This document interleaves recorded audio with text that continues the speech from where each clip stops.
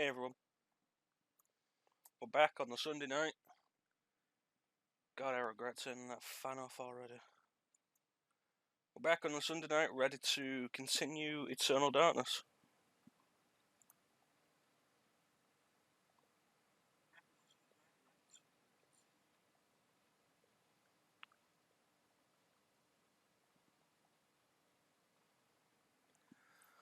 So we left off, we're playing as Kareem. This was the 4th chapter. So we did Pius, we did Elia, and we did Anthony.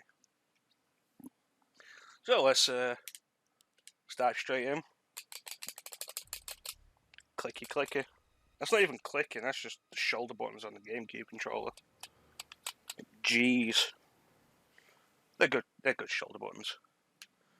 Alright, where was I?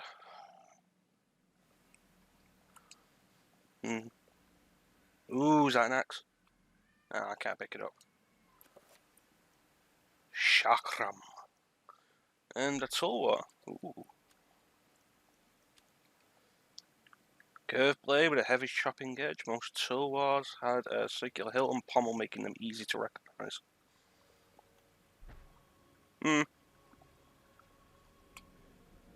Alright, so we got the Tome of Eternal Darkness, and now we're actually heading in.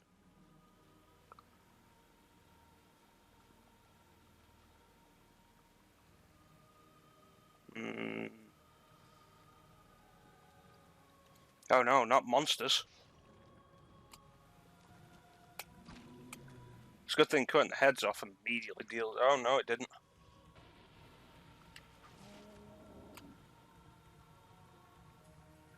Statuette vaguely resembling a man stabbed atop a low pedestal. Okay. Hey Bane, how you doing tonight?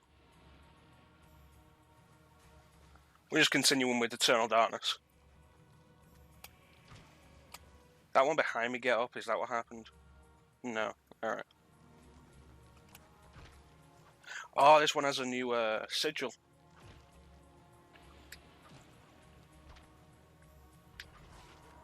So Eternal Darkness, I don't think I mentioned this last time. Eternal Darkness is a game that I had when I was younger, and I went out one day and came home to find my brother had destroyed the disc. So, you know, that was wonderful.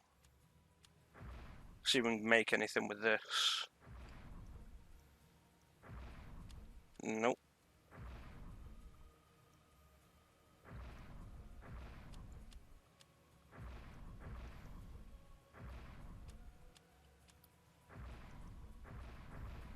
Nope. Alright, fair enough.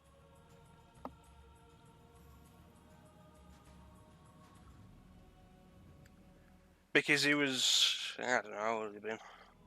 A toddler. And my parents were always like, share your stuff with your siblings. Like, no, they'll destroy them.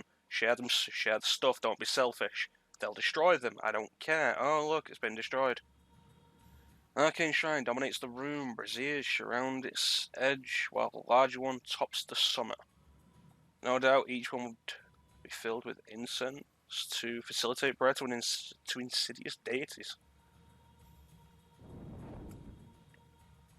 How was that? Okay.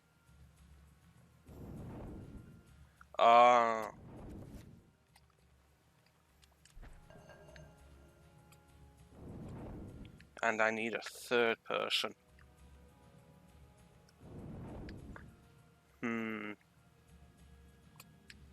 Alright. See if I missed something.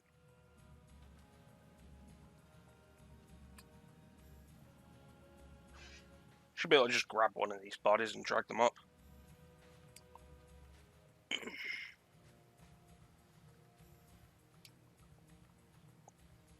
Oh no, he never actually played this.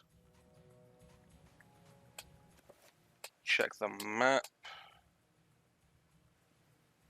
Okay.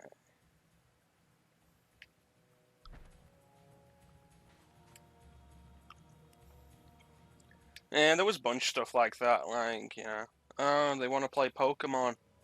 Let them play your Pokemon. It's like, no, they'll ruin my save. They'll delete my save. Let them play Pokemon. Don't be selfish. And then, no, there you go. They deleted the save and caught like one Pokemon. Let them play Majora's Mask. No, I don't want to. They'll delete my all-mask save. Oh, lo and behold, delete my all-mask save. There were 2 save files in that game, but they had to delete mine. Alright, what am I doing here?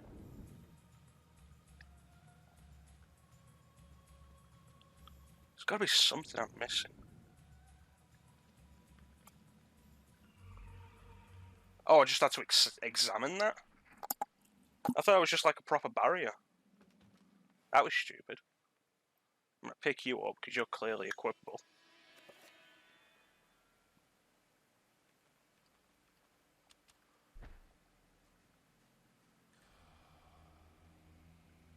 Oh, I'm hearing the voices again. I'm gonna pick you up. There's a Xel'lotath.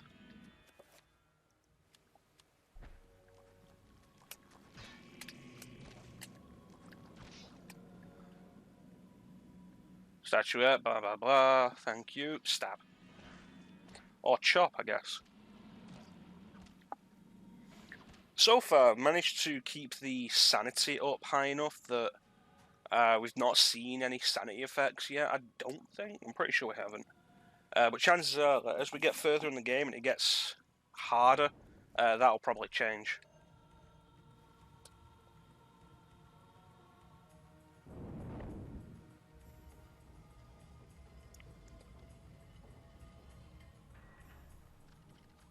Trappers.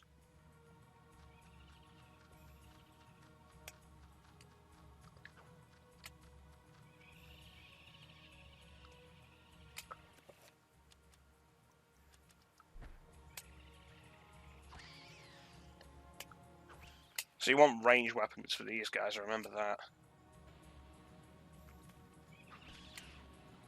Awesome. So was that worth anything? Oh, I can go down. Broke the Mega Drive. You know, those old systems were built tough, so you'd probably have to do something pretty... Probably have to smash it to break it. Oh, it's just a dead body, we're not gonna say anything more about it.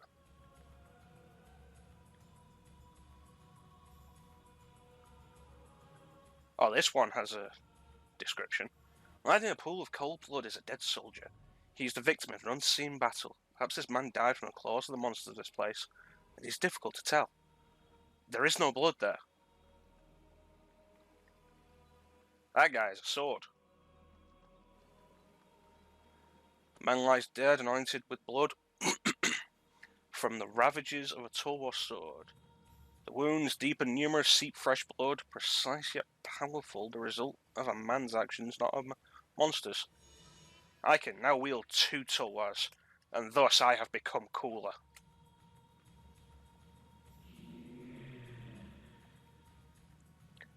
Well, dude, I'm sorry, I didn't realise it was yours.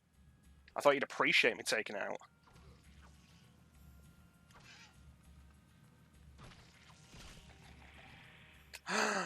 You!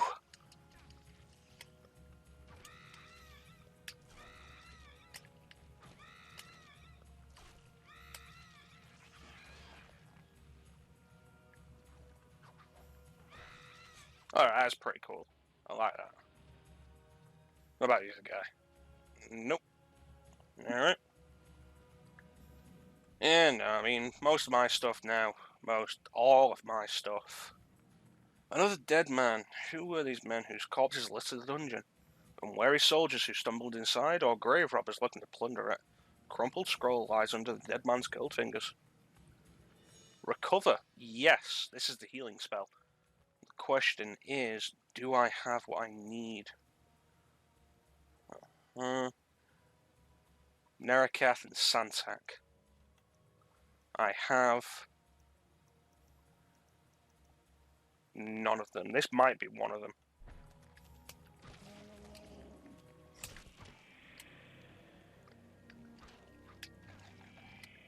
Oh, there goes all my sanity. That's not good.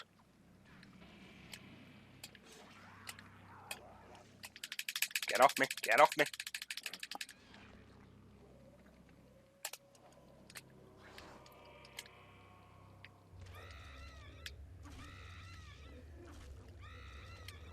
Come on. No. Finish it. Oh, I did not restore enough. It's not good. But yeah, metallic plate replaces the lock. Just get a drink.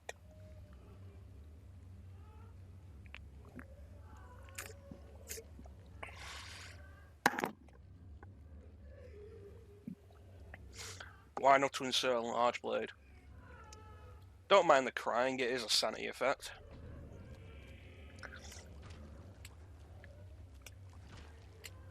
Okay, I need you guys to refill my sanity.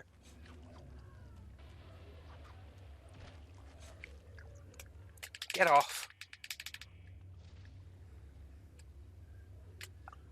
Why haven't you disappeared? I'm sure I stabbed you.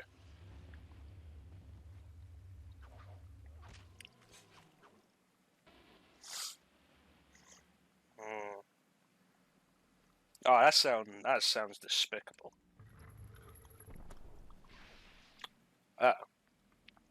Borrowing something that isn't yours and then selling it is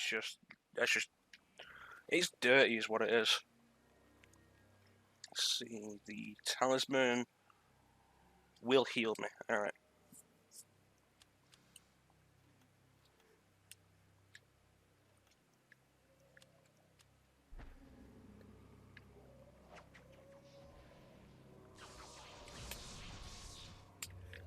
Oh, that's not good. I better get in close and deal with this guy.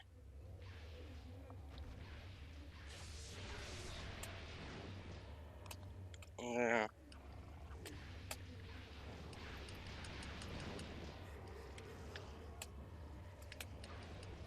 Come on. Oof.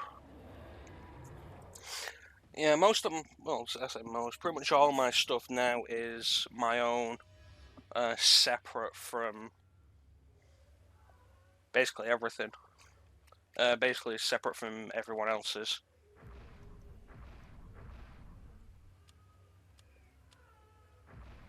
Okay, let's see the question and the other question. The recover spell, awesome. Which I want to set.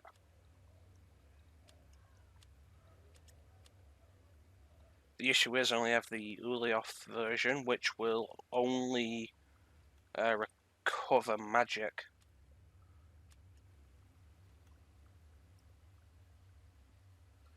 Oh, I don't blame you, man. It's ridiculous taking someone else's stuff and then selling it.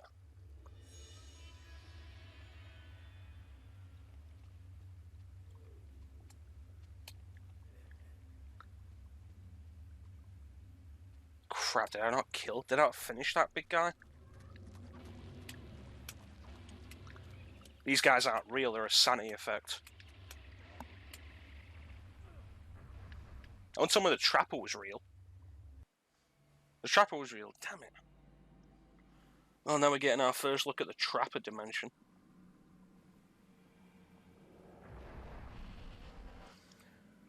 Trapper dimension spirals in every direction. Whilst in this place, magic cannot be cast, and humans are subjected to odd phenomena. The portals cycle from color to color as time progresses, and only the quick will escape.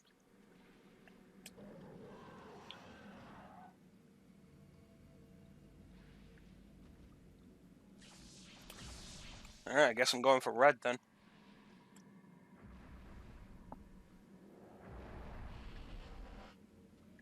Excuse me. I want to take your head and yours. And if you could kindly die after that.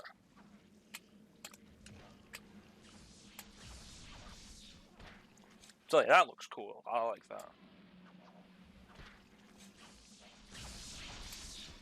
That's not fair.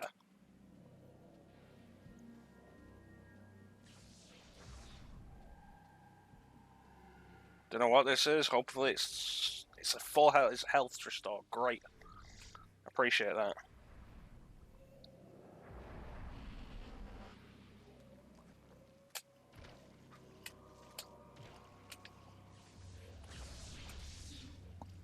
Finish it, finish it. Yeah. There was this one time I lent my aunt some of my Game Boy Advance games. Like the only time I had a decent number of portable games before my DS, and I was able to just get them myself. And my mother was like, "Oh yeah, your aunt wants to borrow some of your games." Never got them back. They were sold. There are times when insanity takes hold, and nothing seems right. During those times, I will help you. Fear not, for I will keep the darkness away. Oh, that's nice. Thank you. This isn't really happening. But yeah, I was being a nice person, really. As has been most of my life, wanted to help someone play good games. So this is interesting. This is the way Pius went. This is actually where Pius was. You know, I'd help someone play some good games. I was like, oh, here, this, you'll enjoy this, is really good. This is also really good. Never got them back. It was ridiculous. Large Ramdao broadsword protrudes from a solid pedestal made of stone. It awaits its next owner. Pull the sword from the stone. I am now the King of England. Oh dear. Might as well test out a big new sword.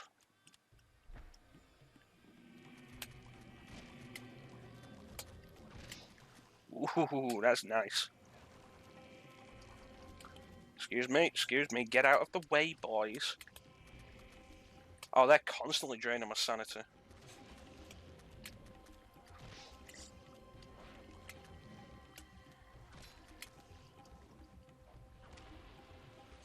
Come on.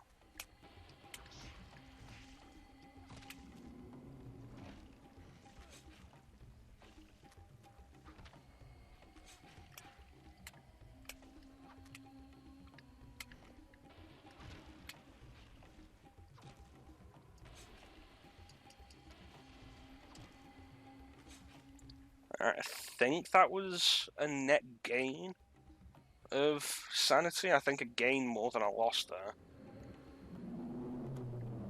Oh, and there's more.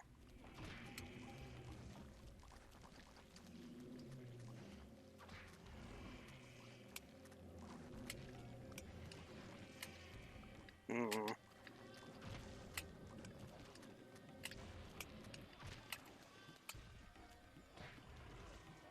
I don't like that it can knock me out of the finishing animation.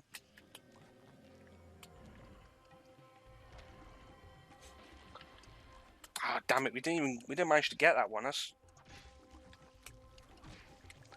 not fun.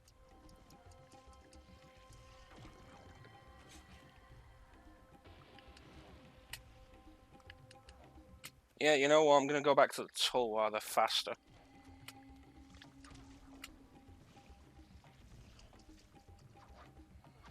Well, that's cool. That still takes quite a bit of time.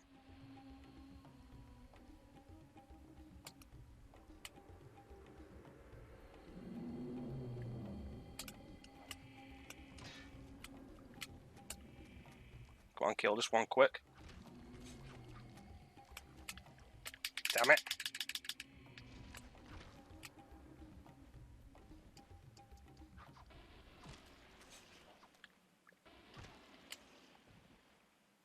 I think this is the last one.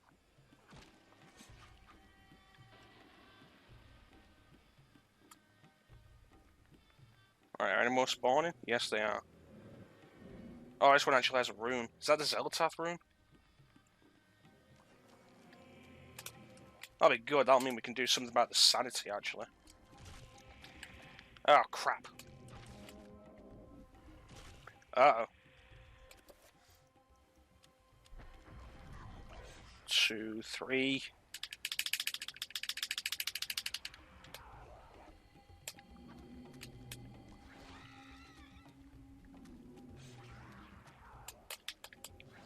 Camera is way too far there. I can't see what I'm doing. Zoom in, zoom in.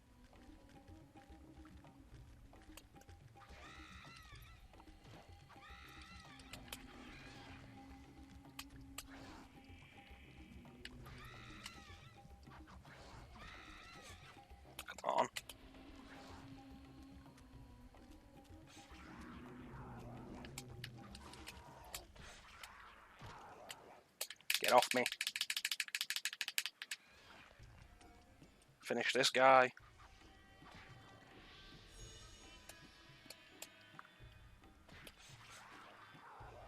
No.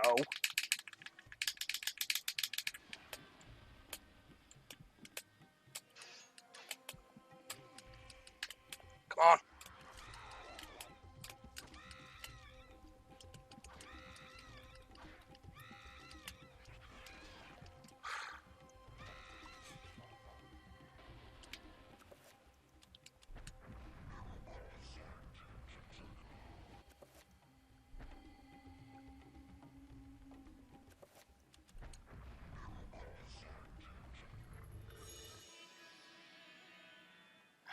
Do it again.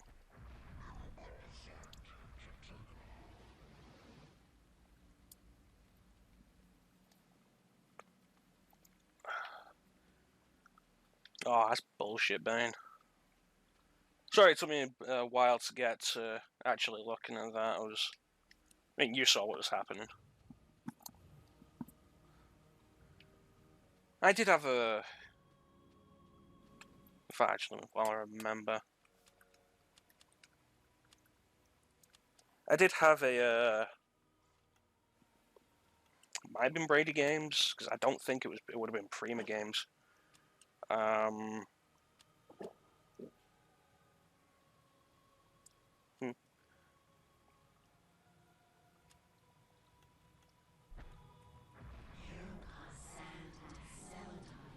There we go, that heals Sanity.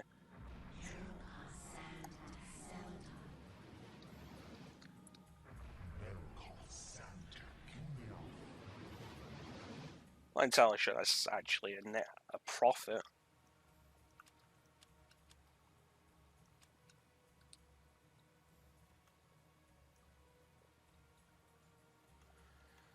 Yeah, I don't think Prima Games would have done Final Fantasy VII Guide if Brady Games did one. I did have a proper official strategy guide for 7.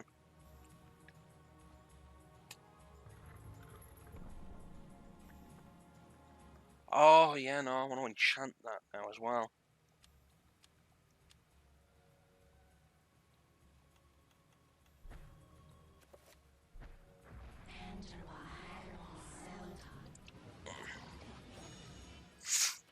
So, the way the magic works is you have 4 alignments. Each one represents one of the 4 ancients. Chattur'gha, Xel'lotath, Ulioth, and Mantarok.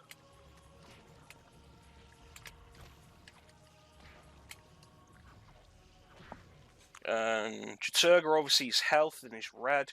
Ulioth oversees magic and is blue. Xel'lotath oversees sanity and is green. Mantarok is purple and just kind of outside all of them. And there's a paper, rock, scissors triangle thing with Chattur'gha, Ulioth, and Xel'lotath. Chattur'gha is strong to Xel'lotath but weak to Ulioth. No, don't climb over the rubble. Chattur'gha's weak to Ulioth, strong against Xel'lotath. Ulioth is weak to Xel'lotath, strong to Chattur'gha, and Xel'lotath is weak to Chattur'gha, strong to Ulioth.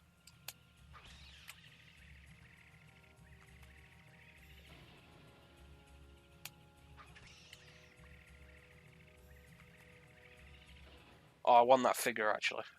That'll be important. Damn it!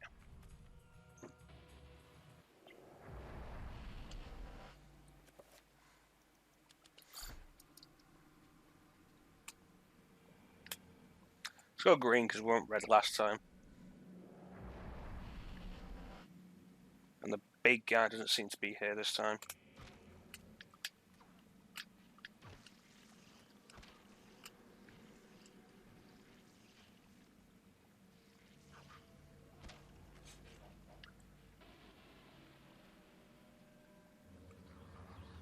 Alright, that's good.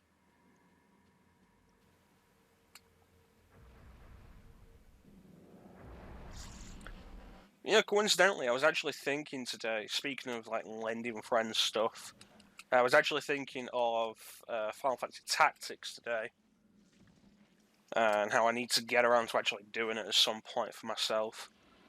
And it's like, how many different ways do I have to play Tactics? And it's like, oh yeah, and then there's Tactics Advance. I was like, oh, yeah, what about A2? I actually I remember I lent you A2, and your save file is still actually on there, Bane, because I haven't actually done anything with it. I think after you gave it back, I put it back in its case, and I've not actually taken it out since. I need to do some of the Tactics games.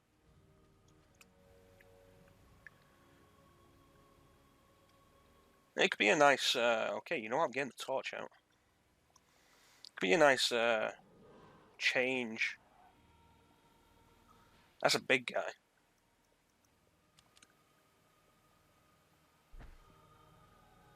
He's a blue big guy as well, which means this will be very useful. Yeah.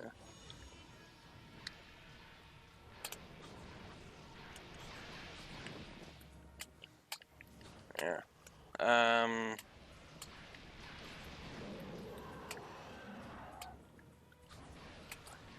Yeah, Tactics game could be a nice change from the other stuff I've been doing. I mean, did Dark Souls, did Final Fantasy VII, we're doing Ocarina of Time and Eternal Darkness at the minute.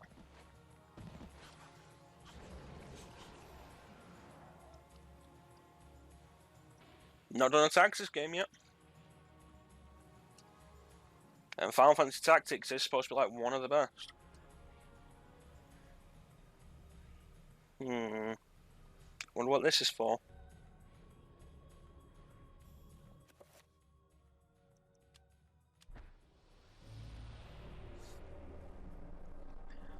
But, you know, there are other options beyond Final Fantasy Tactics.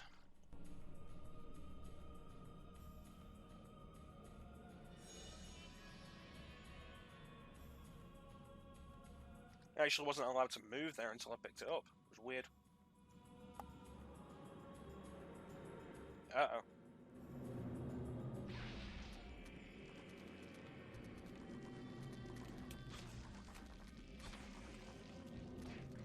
Yeah, there are other options beyond Final Fantasy Tactics. I mean, there's Vandal Hearts.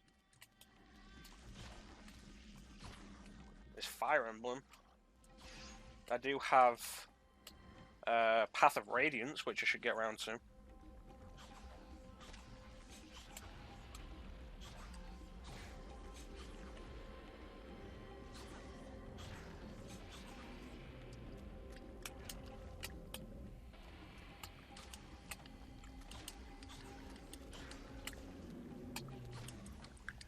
How many of these guys are going to be?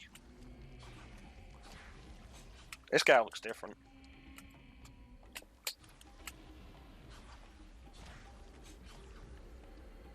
Oh, these are Xel'lotath guys now.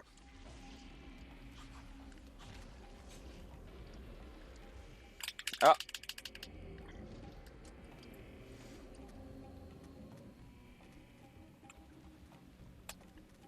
It's a dead end. Gonna have to actually take them on.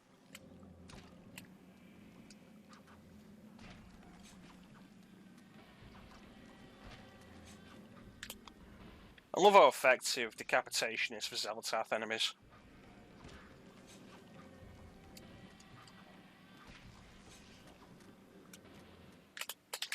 Don't turn away. Let me get on the other side and then use this. And then kill you. Oh no, not you. Quick, run over there, use the Sanity.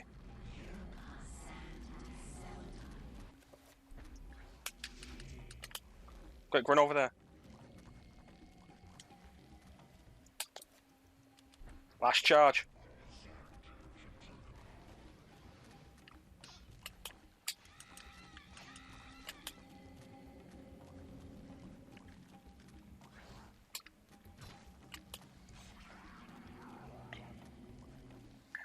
So I remember that the different ancients that you can choose at the start actually do represent different difficulties. We chose Xel'lotath at the start. And Xel'lotath primarily attacks in Sanity damage. And I can't remember who was supposed to be what difficulty. Get out of the way. Oh, no, no, no, no, no, no. My controls were just reversed.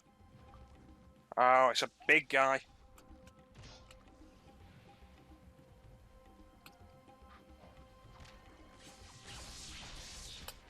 It's not good. Every time he does that, it reverses my controls.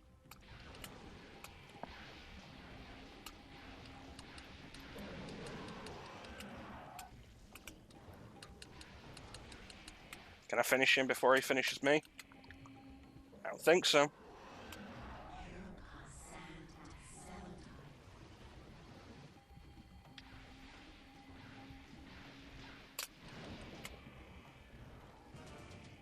Ah, damn it.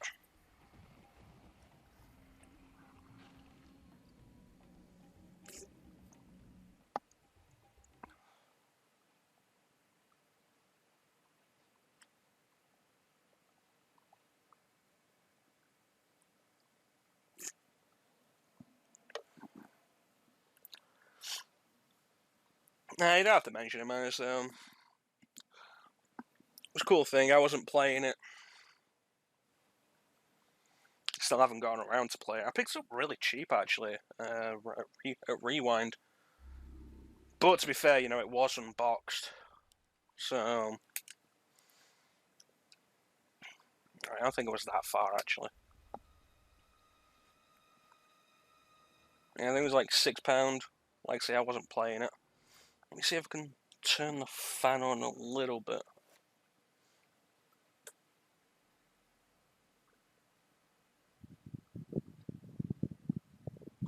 Nope, Mike's picking that up, damn it. Alright, where are we? We're in there, alright. Don't want that. Let me set my spells up again.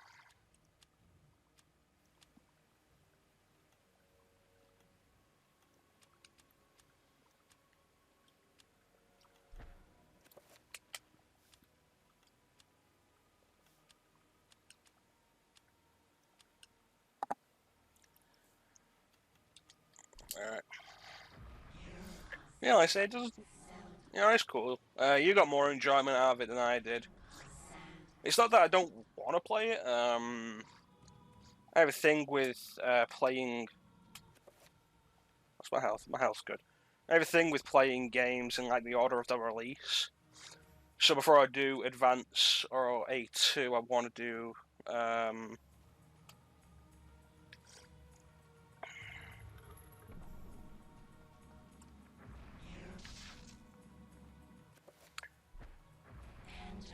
I want to do Tactics 1.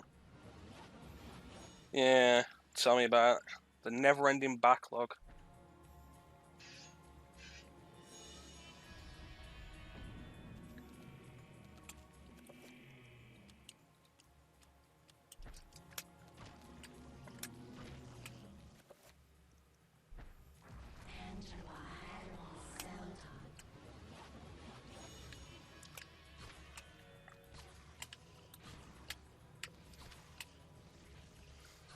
Yeah, I like to play stuff in order now.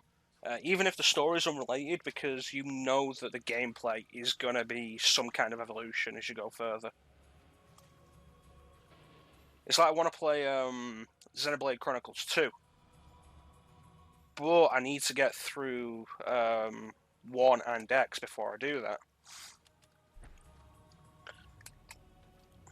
And while they're supposed to be mostly unconnected, gameplay. You know, it's supposed to share gameplay similarities.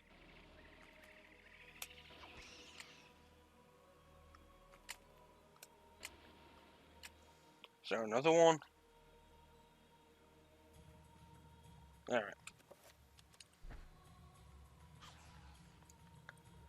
The ruby effigy, we need that. That'll be important later.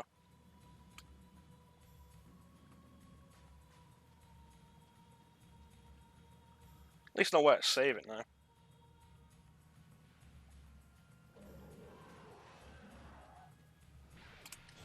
And also, get right in there with this guy.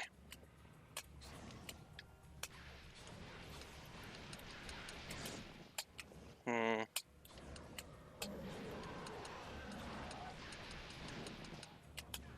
Hmm.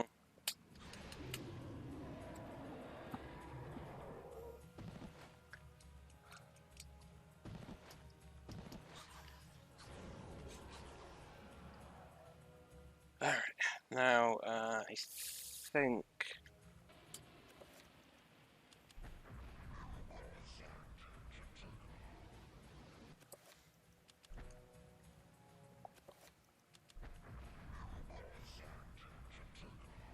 And if I save it now, while we're... In fact, no, we can get into the next room, actually, I remember.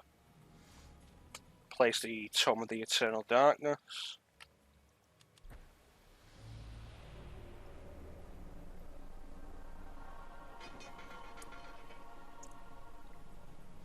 Take it.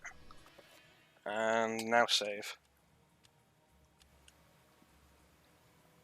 Alright, it's good.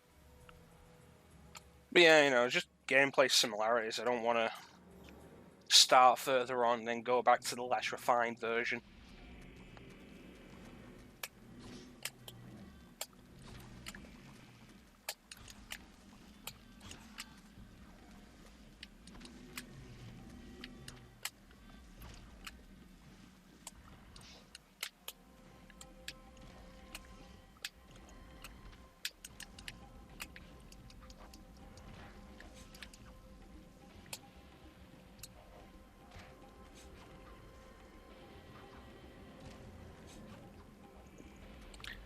Will say I started Tactics Advanced once, before I had access to Tactics.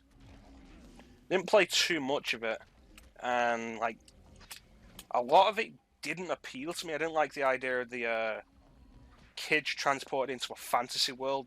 That just story idea of that just didn't appeal to me. But I've heard since then that the story is actually really good and subverts a lot of the expectations that you might have with that kind of thing, which I'm so on board with. Because I love subversions that aren't subversions in a malicious sense.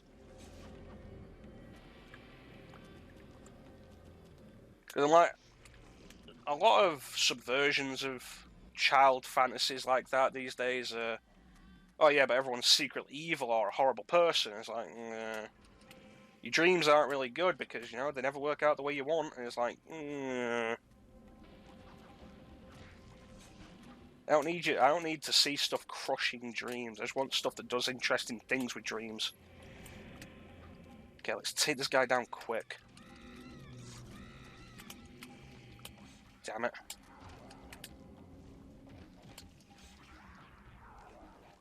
Damn it.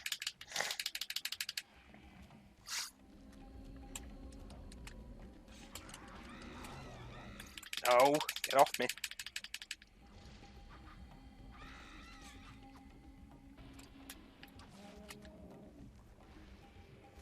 Great, the big guy's here.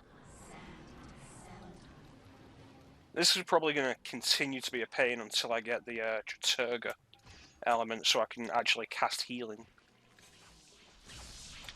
Get off me.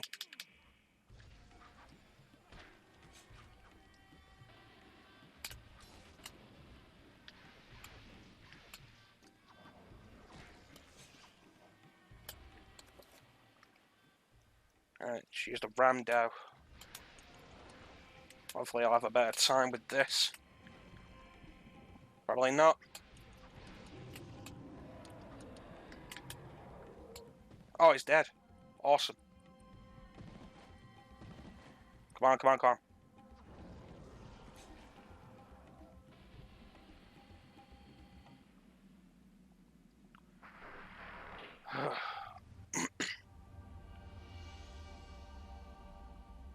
The artifact of Xel'lotath.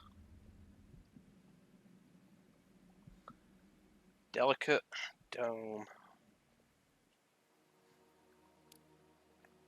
Kareem, we will be together forever.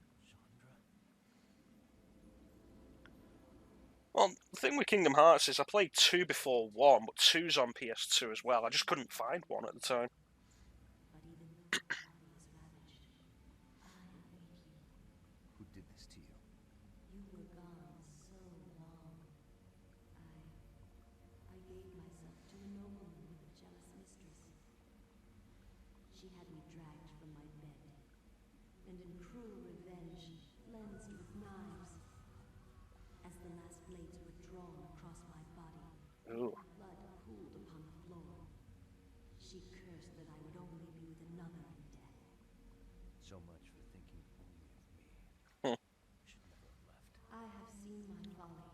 Well, Ivalice as a setting is cool to me that it's shared, but I've still not finished any game set in Ivalice. True value of the artifact which I asked you to find, and it is not for us to possess. It's If we are to be together again, you must make a sacrifice. Only when that is complete will we be together. Sacrifice. I've not done any of the tactics games. I never beat 12. It bored me. Wasn't really into Revenant Wings, and Vagrant Story is a game that I played for like about half an hour on PSP. Forget the past. No, I never finished 12. For now, I'll openly admit I never finished 12. something more. It bored me. It's a game that I need to go back to, especially now that I've got Zodiac Age. Sacrifice must be made. You must remain here and guard the artifact. Dark things will come to claim it, and you must be strong to keep it from them. Without your sacrifice, the world will fall into eternal darkness. Title drop. The things I do for love.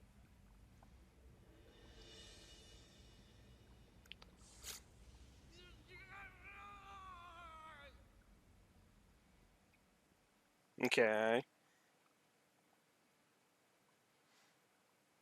It's weird that this is a game that switches between 16:9 and 4:3. Like, the only other game I've ever seen do that was Devil May Cry on the HD collection, and that was just because it was originally a...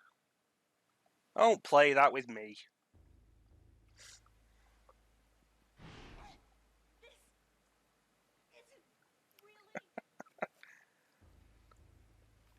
To be fair, that's a good one. That's a good sanity effect. What's my sanity like? It's not bad, actually.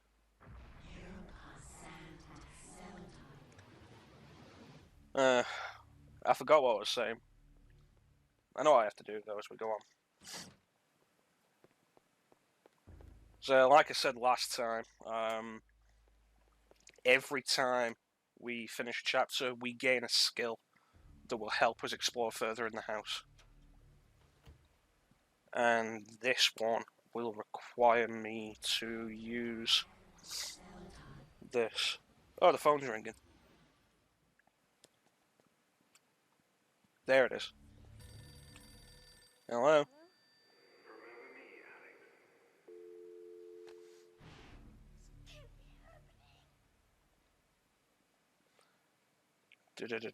Dark brooding edge. Yeah, I forgot what I was saying. But now we just put the enchanted gladius in there. Enchanted with the right element.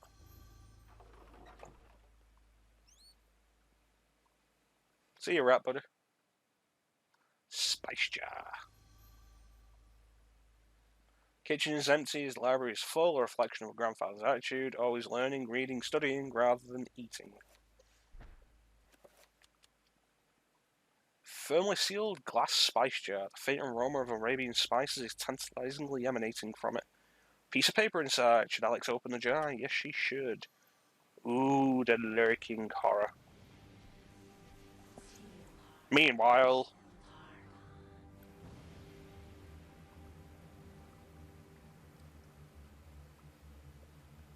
Recording of what? Oh, recording of what, Bane? My liege, the future is yours. The light in the age of darkness has been extinguished. What A light? pillar of flesh has been constructed. Oh, that's... Of chaos, the keeper of the ancients, is long dead. the Keymaster has arisen. He will soon meet with the Gatekeeper. Is prepared for your arrival. I will begin the final incantation that will bring you into our world within days. Our recording's going fine. Will truly usher Doing well. I've got a bunch of editing to get through. That's really the hardest part. prepare the gate. But, you know, the recording's going well. We've got some good stuff coming up. Prince of Persia ends this week. Ends on Wednesday. 2 more parts. And then on Friday we begin Metal Gear Solid. I will not argue that I was shocked by the sudden mention of one of my ancestors, the distinguished Dr. Maximilian Roivas. I remember this actually being a really interesting chapter. Where had this ancient book come from? How had my ancestor stumbled upon it? I feverishly began to read more, eager to learn his story. It seems that Maximilian had inherited his father's mansion, just as I had. Alone since the death of his wife, and since his children had their own adult lives, he explored the house to discover his family roots. So the interesting thing about this is this chapter is the same house. Like the chapter takes place entirely within the house. About 200 years ago. 250 years ago. Also Michael Bell. Finally come to me to look over the mansion. Now I am truly alone and forced to start a new life here in Rhode Island. No longer can my silly wig keep me amused. And live in it as my forefathers have, to continue the family tradition. The mansion has its secrets, I'm sure. In my time here, I have to... Okay, it's 1760. How long could this mansion have possibly been here? I mean, I'm not big on American history, but 1760 is still pretty early, isn't it, in American history? Flintlock pistol ammunition. I have a flintlock pistol. I also have a medical journal.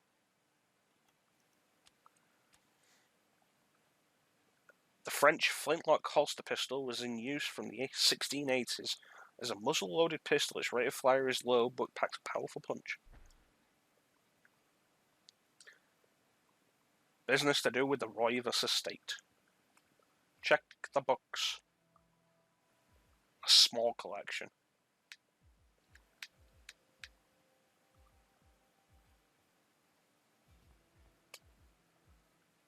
It's a painting. Don't zoom in on that texture, really don't. Another small collection.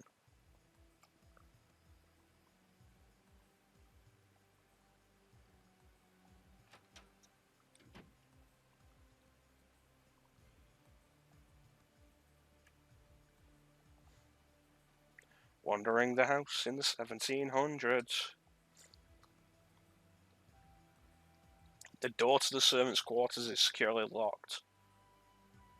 In the 1700s in America, that sounds kind of weird that the master of the house wouldn't be able to get in. Don't mind me. I just need to use the lavatory. Jeeves, my good man, please. Wipe my bottom. State-of-the-art interior outhouse. Polished teak and mahogany finish. Truly a sight to behold. Truly a smell to behold. Jeeves. Jeeves. Trying to talk to you.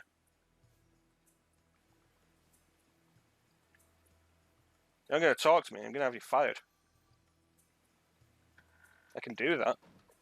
1700s. I can fire you for whatever reason I want.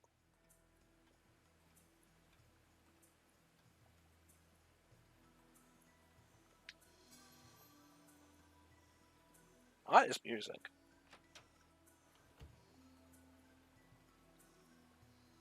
Servant mutters under his breath, not realizing Max is nearby. He really doesn't notice that I'm nearby. He appears to be distressed that he's in life working all the time. Magical Codex. Don't examine the painting. Into the bathroom. And my other state-of-the-art lavatory. Always keep some ammunition in the toilet. And Maximilian knows. He saw the good, the bad, and the ugly. He knows you need to keep a gun in the bath with you. Just in case.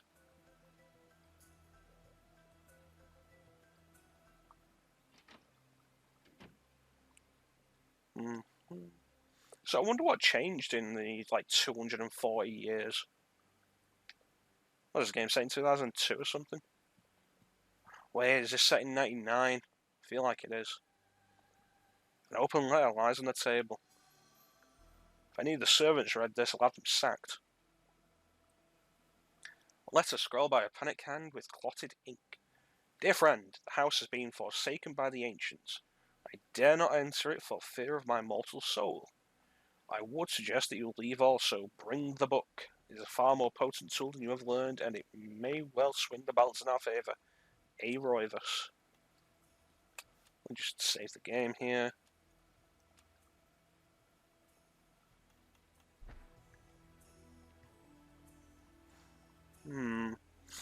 Well, time to go for my evening stroll. You can continue your exploration in 20 minutes. Go for an evening stroll. Who keeps leaving these codexes out? Oh, the Chattur'gha sign. Am I going to get Chattur'gha in this chapter? Because if I do, that'll be super helpful. I'll be able to heal myself. Pump handle.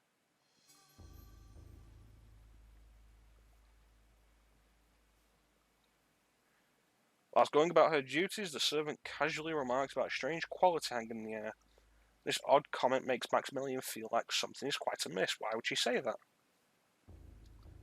Who knows? Maybe it's the 1700s and people just need to be entertained somehow. Super Nintendo wouldn't be invented for another 220 years.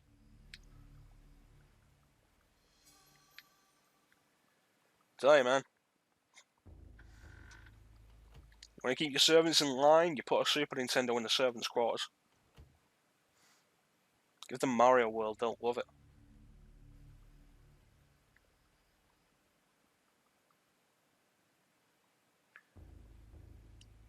There is something written beneath the image. When the darkness spreads its wings before my master Xel'lotath's greatest foe, the path to truth will be opened.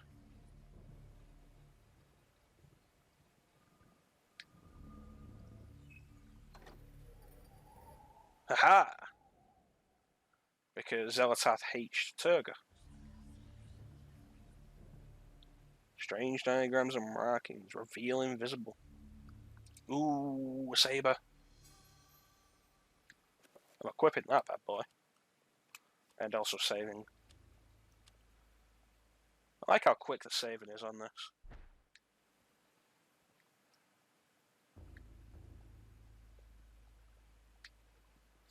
So this is interesting. There's no door here at this point. Pick up the evil book.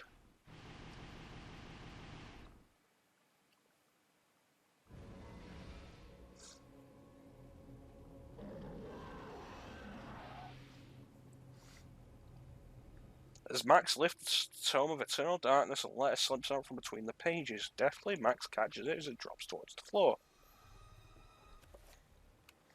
Letter number 3. Dear friend, as I suspected, the ruins of Engar, that blasted necropolis, lie deep under the site of the mansion. The accursed servants of Xel'lotath are so close I can almost hear their chittering. There is a secret opening in the basement, and from there we can gain access. I urge you to gather some men and seal it, or better still destroy that damn place. I've stowed something that you'll find useful on the upper level. Look to the light and you will find it. I wish that I could be at your side, but my ailment worsens daily, and I know that my time is short. AR.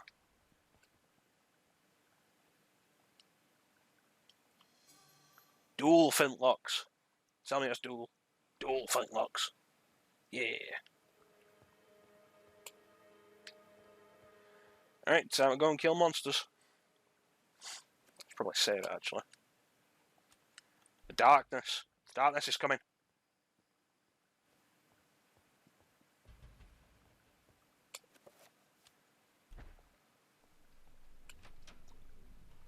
Hello? Darkness. Darkness. Oh no, the darkness. Quick. Cut its head off. Cut its other head off.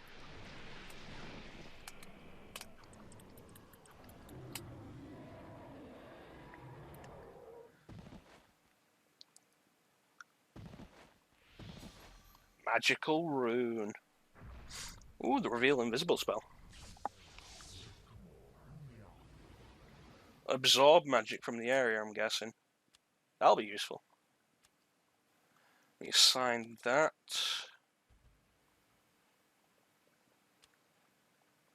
There. Finish this thing. Oh yeah, Max actually examines it.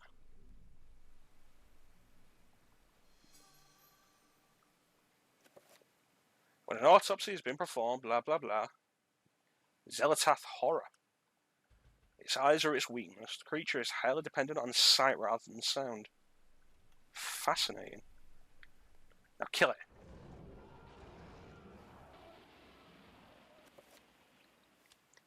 Yeah, I still can't save. The darkness is still there. Oh, you look. You're not allowed to go. Still can't save. Damn it. See, I would have taken the broken shotgun, but this is 1760, and so it'd be a broken blunderbuss.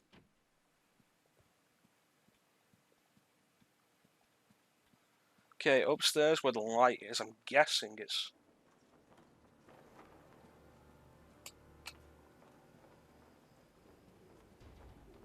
What's that noise? Bothering me.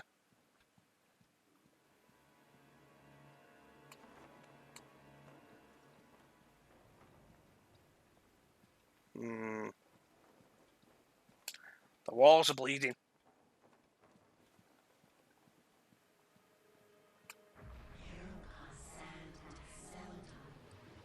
That'll do. Oh, back whence you came, darkness. Stained glass window, resplendent with bright colours and exquisite workmanship. There's something odd about it, perhaps curious detail of its shapes and content.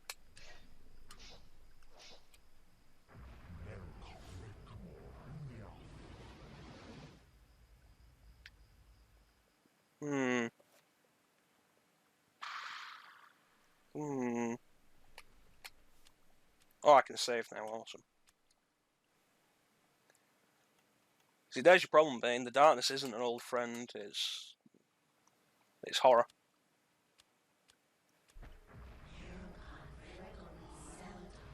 Is that gonna work? No.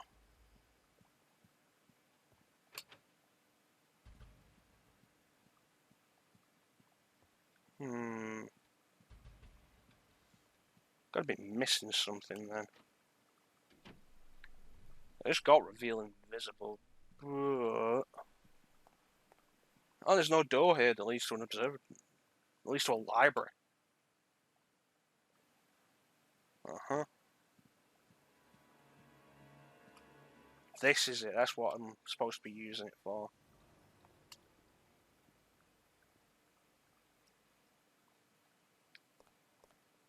So to reveal Xel'lotath.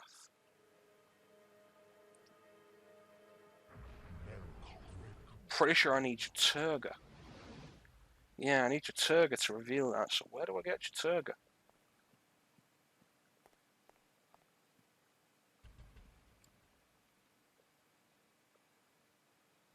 Uh-huh.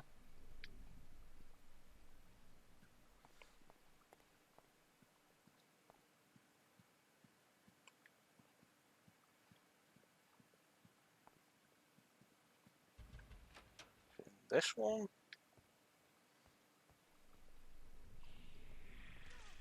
Ah! Don't do that. It's rude.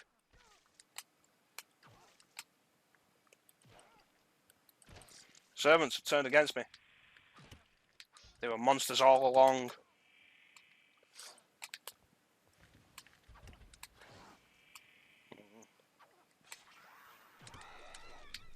You'll often hear about how good the melee combat is in this game, and I can tell you, it ain't great.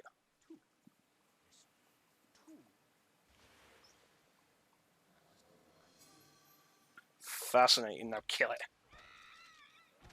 Kick it in the balls. And let's check the autopsy.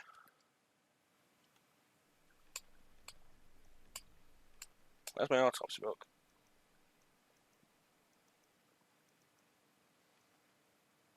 Where do I check autopsies? Oh, there it is. Bone Thief. That's a neat name. Wears the skins of people to protect itself. That's a cool name, Bone Thief. The Bone Thief. It comes to take you. It takes control of your bones. Walks around within your skin.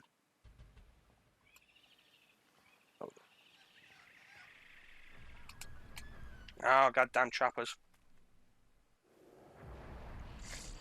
It takes your bones.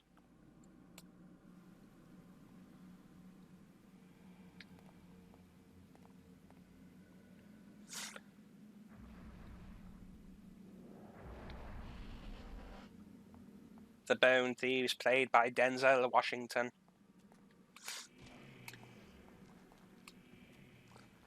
Finish him! I'll finish him. Not even an autopsy for these guys.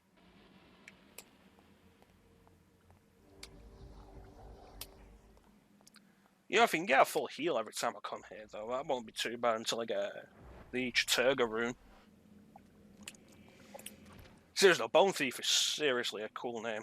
I like it. It's simple, but it conveys the point. You know what I mean?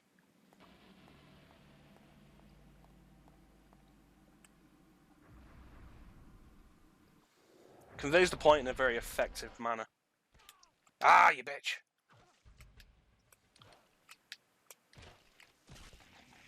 Bone Thief! Everyone's a Bone Thief. I give these people work, I give them homes, and they become Bone Thieves. Can't trust anyone these days, everyone's a Bone Thief.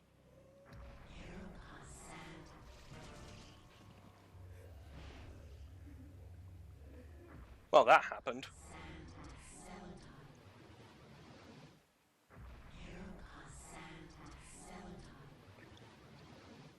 Did body thieves... When you say body thieves, you mean grave robbers? Because, yeah, no, I'll agree with that. But if you mean body thieves like the Bone Thieves, I'm just going to keep saying bone like that when I say Bone Thieves. Yeah, if you mean body thieves like the Bone Thieves,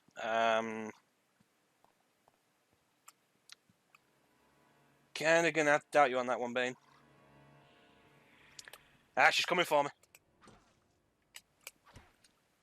One day I'm gonna kill one of these and find they were not a bone thief. They were just like really sick of having to clean up the toilet.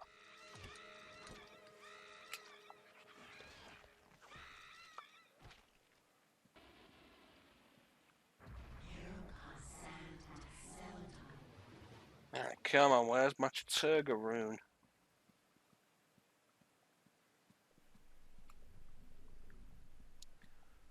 Watch out for the bone thieves. Let's steal your bones.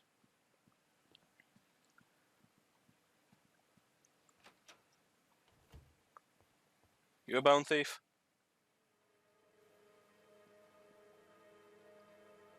Servant is clearly flustered. Skittishly, he turns about, looking for something that might have brushed past his leg, shrieking and uttering as though some hideous creature is nearby. There's something in the bathroom. Somebody drop a log.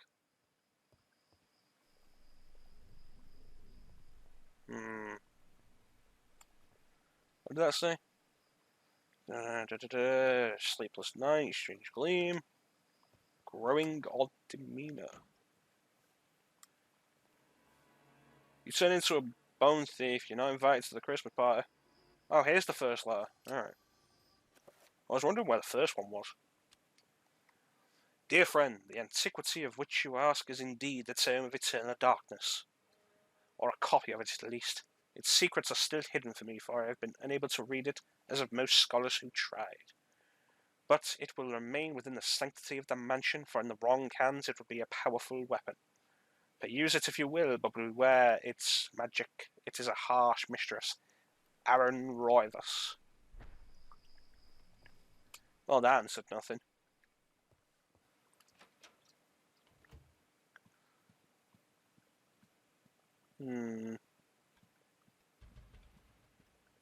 What about in here, where I started?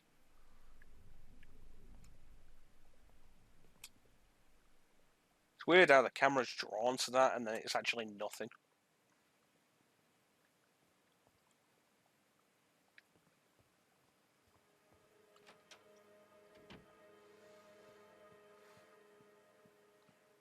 Okay, so there is something there, and it's very obvious, but I don't think I can actually pick it up. Oh, I can. Alright. I've been running around thinking I couldn't actually pick this up. Max spies an envelope that has fallen behind the pedestal. Fallen, perhaps, or had been hidden there. Despite his excitement of discovery, Max senses something odd about it, a sense of evil. Should Max retrieve the sealed envelope? Yes, he should. Ah! Bone thieves! Get out of my house! Bone thief! Bone thief!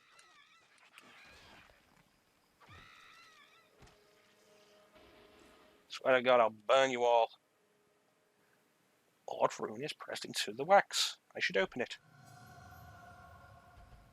Okay. Ooh, the basement key. I don't think we have a basement. Letter number 4.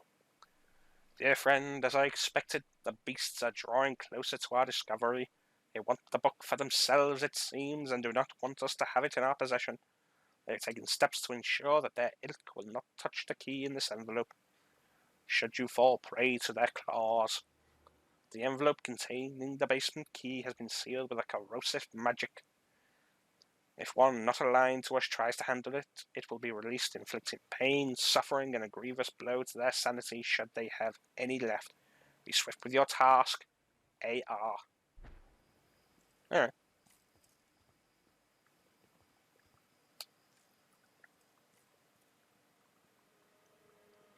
Oh yeah, no, I know about the grave robbing and the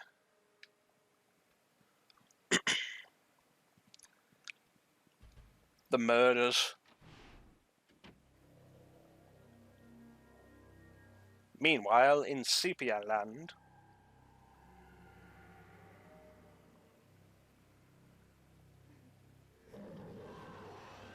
Chattur'gha. Oh, Sanity seems fine actually, so I'm wondering what this is.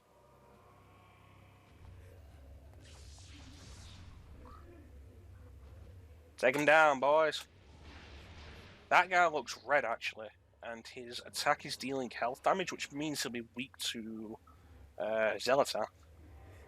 Really, no, he'll be weak to Ulioth.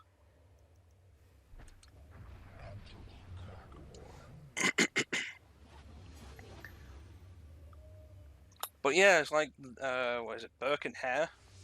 Tale of Burke and Hare, who began as grave robbers and eventually started to kill people to fill the demand of medical schools looking for cadavers for medical research. So I'm aware of it. There we go. Okay, that was weird. I mean, it clearly happened. But let me just assign this.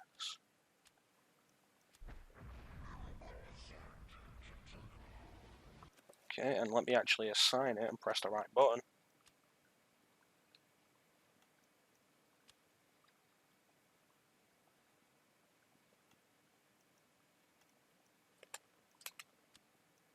And then reveal invisible.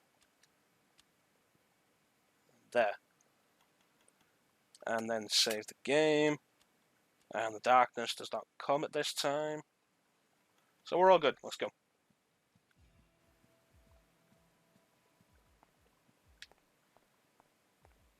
Anybody want to try and kill me?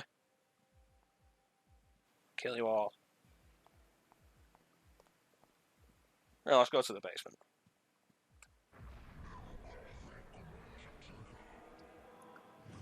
Yeah, the whole Burke and Hare tale was made into weirdly a black comedy, starring Simon Pegg and Andy Serkis.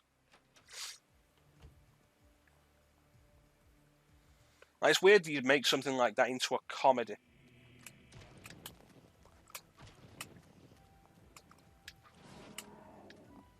Oh.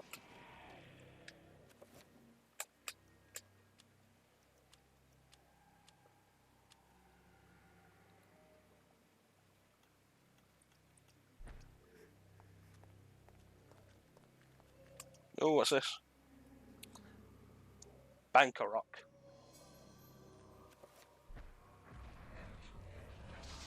Damn it. I would have solved all my problems. Get off me.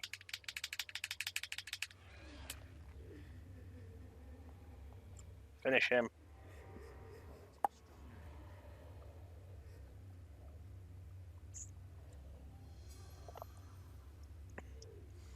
Now finish him. I said finish him. Get out of the way.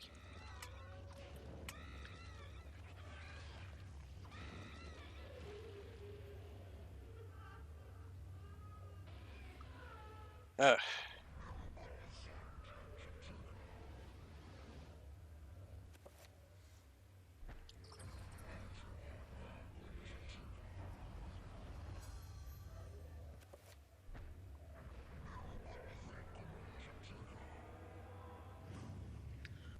No, I didn't want that. Let me check what I've got assigned. Right, so I'm right.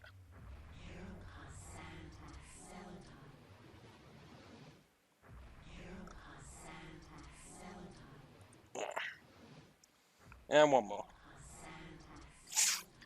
Yeah, it's weird that it was made into a black comedy, like any kind of comedy, considering it is kind of a serious subject and it was based on true events. Yeah, only put the pump handle in there. Pump it louder, come on, don't stop and get it going, come on, let's get it on, move it, come on, baby, do it.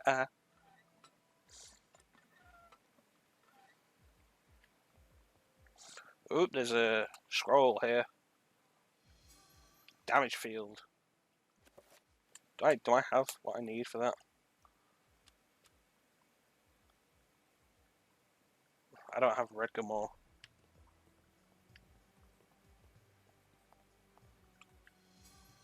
Flintlock ammunition. And I get the feeling I'm probably gonna want to do this now.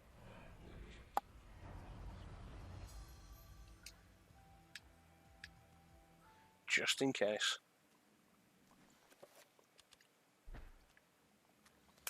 Go to hell.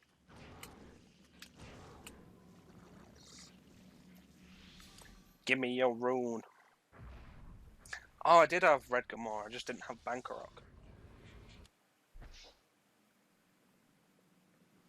Perform the autopsy, we must learn their ways, their culture, and then kill them all and kick them in the balls.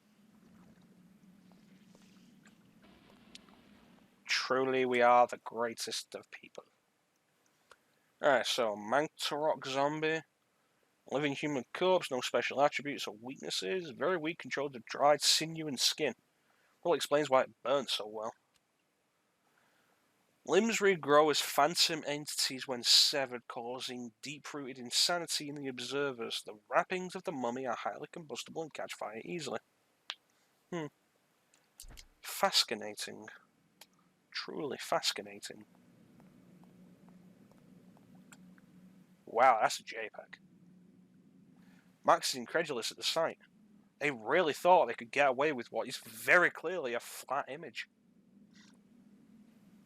A desolate ruin of a fantastic city built into a huge naturally formed cave. Jutting spires and looming buildings poke through the dense fog. Light ebbs through the city, crackling in the wake of energy spilling from the light source held off by unseen forces. That is so clearly a picture. There's no depth to that.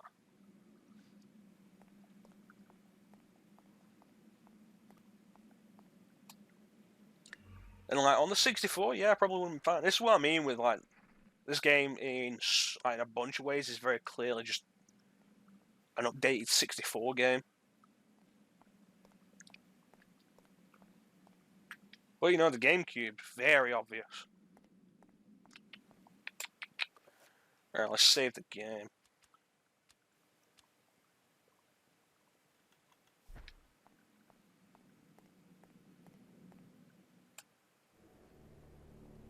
Welcome to Engar.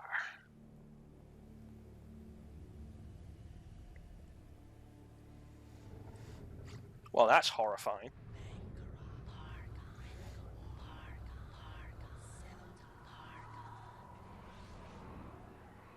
Hmm.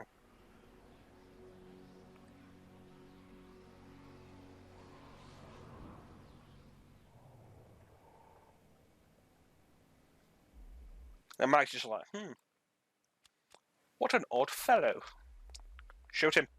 Shoot him now.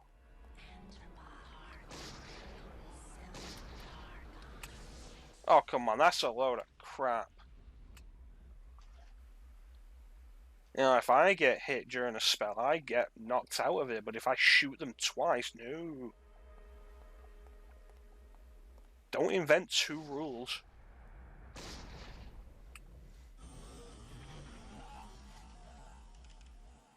Try what you got. You ain't got nothing.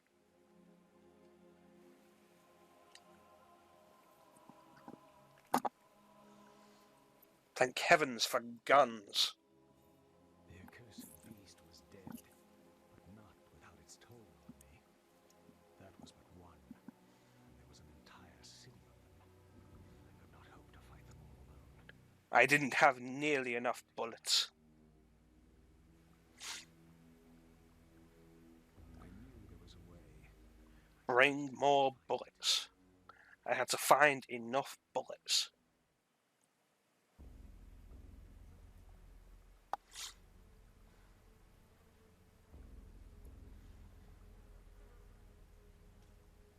I tried to tell them, but they wouldn't listen to me. Damn their eyes! They didn't believe me. Strange creatures, the world in peril from unseen foes. The darkness. Instead, they jeered and threw me into this forsaken place. A place of Okay, so this kind of works for two reasons. One, he's explaining what happened in the 3 months, and two, it really does make him come across as insane. away their hopes of salvation, but locking me in this damned asylum. May the rats eat your eyes! I am now lost to your cause! The darkness comes! It will damn us all! So that's probably one of the happier endings.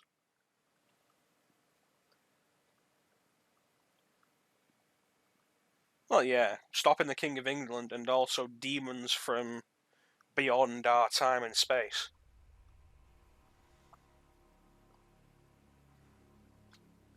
Alright, so what did we learn there? Let's find out. Oh, so let's also save it. Actually, I need to keep an eye on the time because I've not been paying attention. That's not bad. We've only been going for like an hour and a half. Onwards.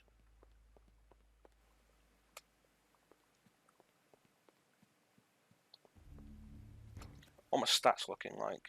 Oh, could do with some of that. No, not that. Could do with some of this. I remember where I put all these shortcuts.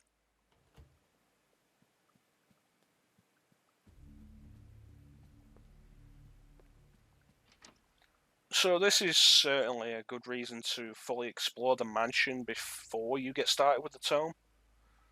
So you can learn where everything is.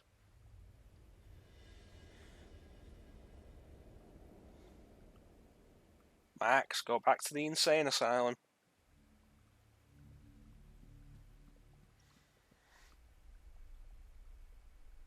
Wallpaper in this section of the hallway is oddly marred, as though the wall it sits on is not even with the rest of the room.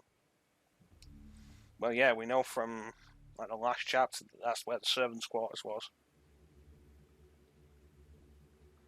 Stained glass depicts a glowing medieval maiden, luminous even with the faint light of the setting sun. The maiden clasps a piece of parchment in her hands. The window gives a strange feeling, or almost as if it is magical and not really there. A glowing field of energy protects the window. So we'll need to spell magic actually for that. But yeah, I remember it wasn't this room, it was the other room. Yeah, it's good to explore. Is your head not moving this time? Oh wow, it's actually not. That's weird. It's good to explore the mansion to get an idea of where all the stuff is. Thank you. And we saw this earlier, if you remember the last part.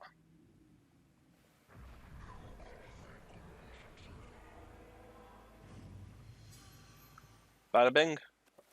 And the dresser key. What's in there? It's a gun. And another piece of the Tome of Eternal Darkness. Journey into Darkness. Meanwhile,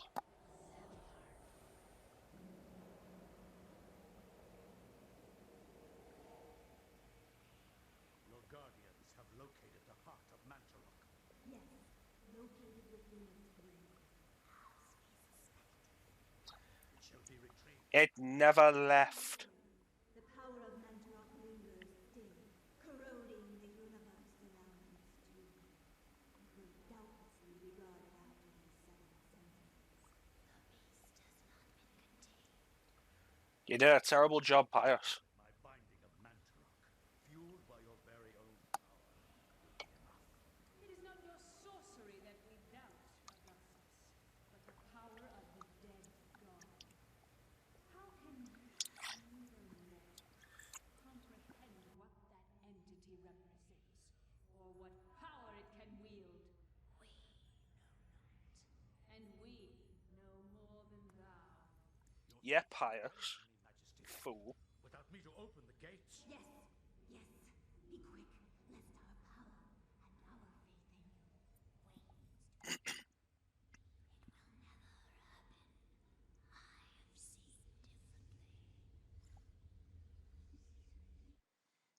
differently. Good. Everything is proceeding as I have foreseen. The ancients' influence was incredible. From all walks of life to all parts of the world, their tendrils crept and wrought their insidious damage. Their prisons decayed. So this is probably the point where you start to notice that Continued. this game only has like 4 A locations. breakthrough in satellite radar imaging that revealed the presence of a hitherto unknown temple mound in the Angkor Thom region of Cambodia. An archaeologist of some repute, Dr. Edwin Lindsay, took it upon himself to investigate the area, to reveal the secrets of history. Unfortunately, the local government at the time thought differently, requiring that Lindsay find other means into the country and to finance the expedition. He found these in Paul Augustine, a collector of rare items who professed an interest in the discovery and agreed to help. After a dysentery-riddled 2-week venture, Oh, Lindsay and Augustine located the remains of an 1983. ancient city temple dating back to the 12th century.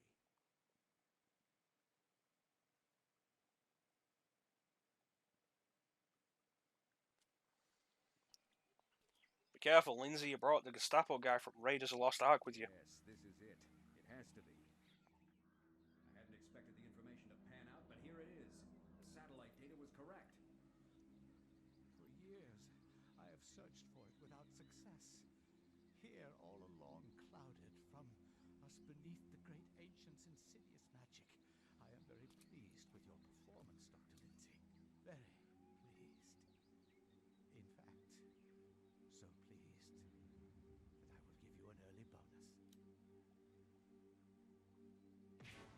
Eh. Pius, you suck. My God.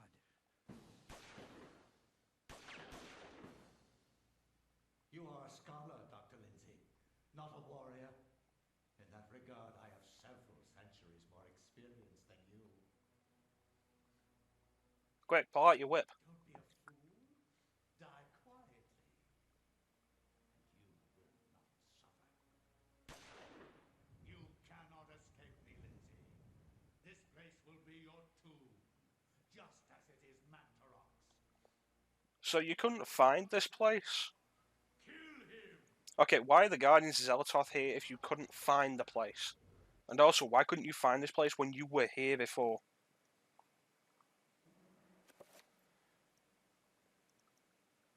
Ooh, kukri.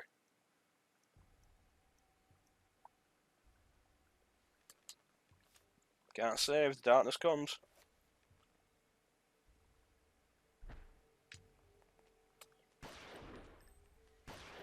Hmm.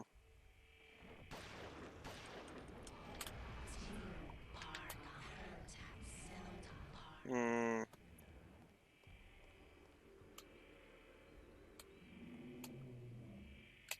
Okay, you know what? I'm gonna stab you. Oh, you summoned somebody. All right. Take me into your loving arms.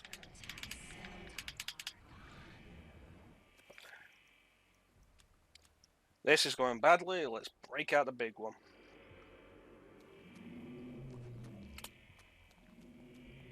Come on.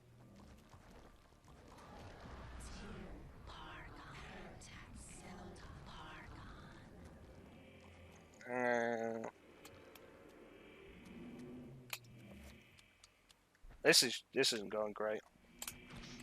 Goodbye. Goodbye.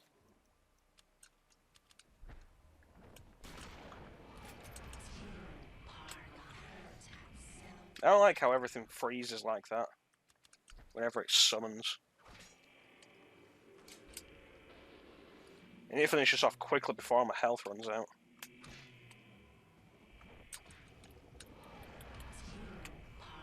Hmm.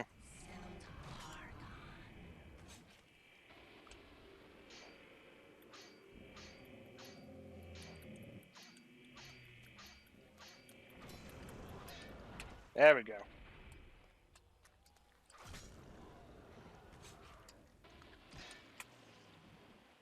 Ugh. What a bad way to start the chapter.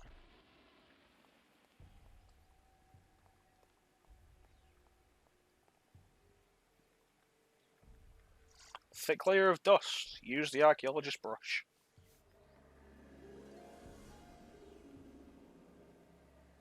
Bronze bracelet.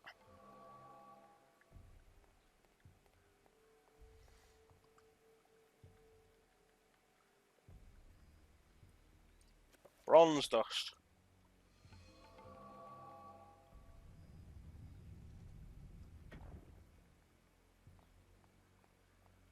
Save the game.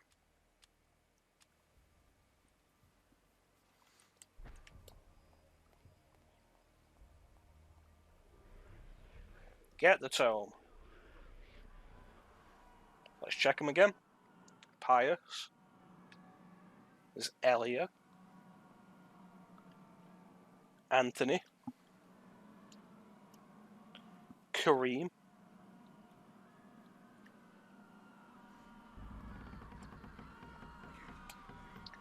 Emroivus.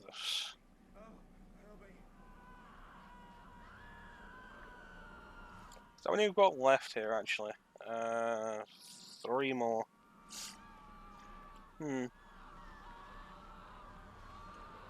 3 more places.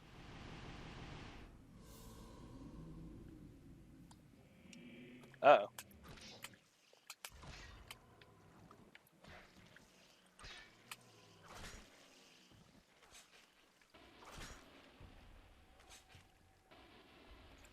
So yeah, like I was saying, This is the point where you really start to realize that this game has like 3 locations. And what you do is you end up visiting them through several time periods. Which in itself isn't a bad idea, it's actually quite neat.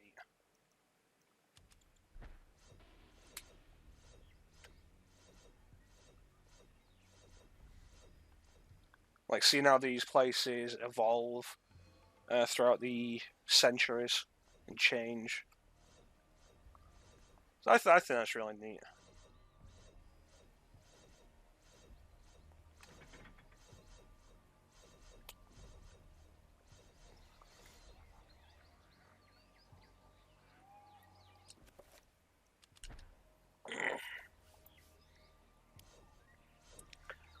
How is this hidden under there? Like, seriously.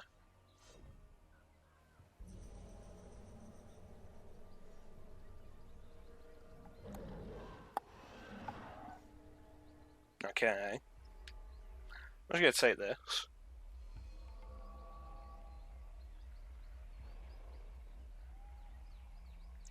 So that's actually a damage field. I can't actually get to the damn thing.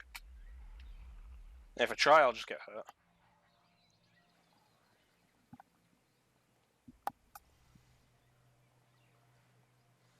So we can't take it out yet and grab the stuff that's behind it. That'll have to be for later when we get the ability to dispel magic. Damn it.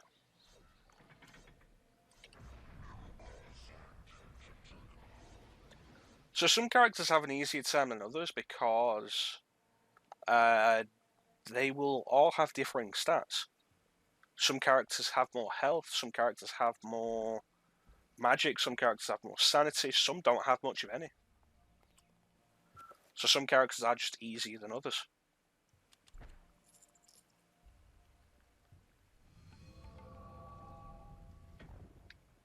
Awesome. Let's go. Okay.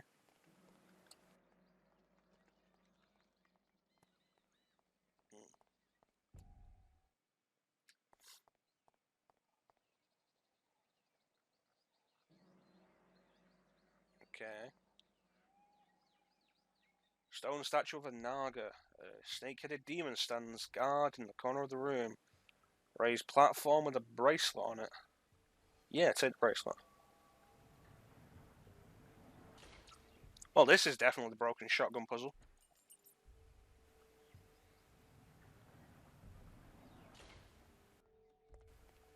That was a golden eye sound.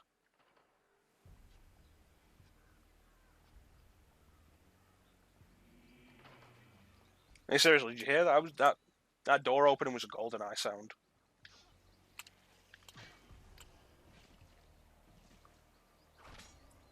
I actually was playing GoldenEye the other day on my 64 since I got the S video cable. I was like, yeah, no, GoldenEye, see how well it holds up.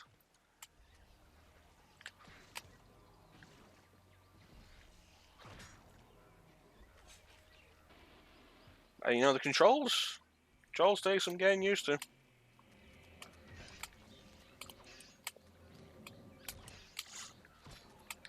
Like, you know, back in the day, we could just play anything. Play anything in any way. It was crazy.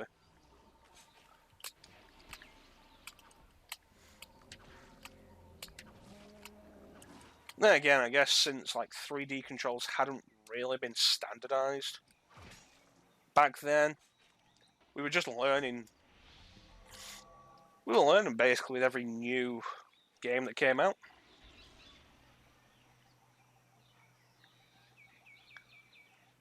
A lot of games had their own control styles. You had to relearn how to play games with every other game. Eh. Remember me, Alex. Yeah, Grandpa. How can I forget you, Grandpa? You've always meant the most to me. Ever since my parents died. Yes. Ever since they were killed, you've been my little girl.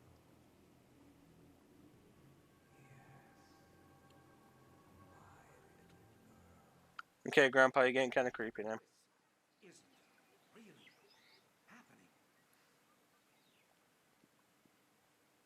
Watch for the floor traps. Damn it.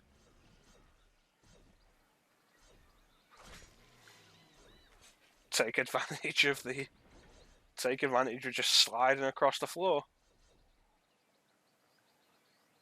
Silver. Got a silver bracelet.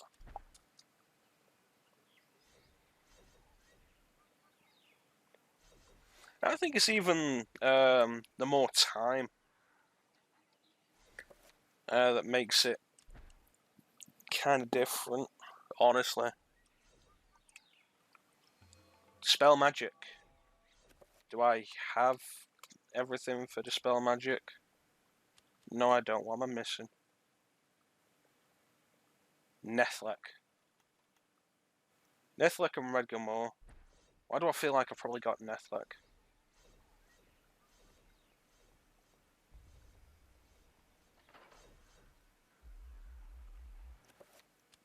Let me try this. Requiem and then this one. Yep, dispel magic.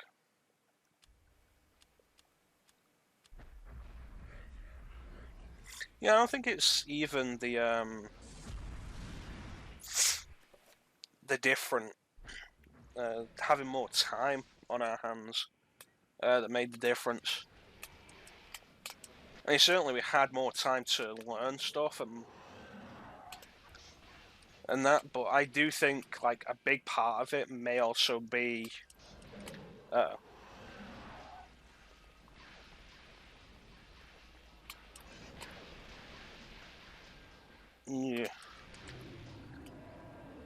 I think a big part of it may also be having less back then.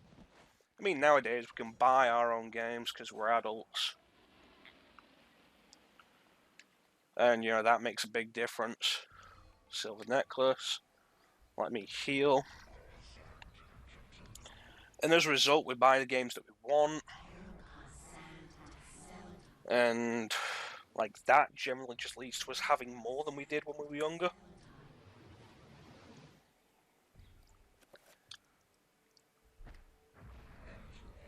And so, in general, because we have more than we had when we were younger, even if we had the same amount of time, we have less time per game. So I don't think it's just the time, honestly. I mean, unless you're only buying like one game.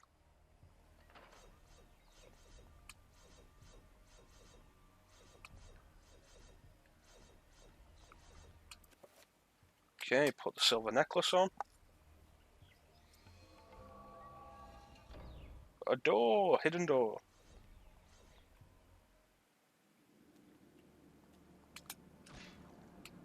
It's time for you to die.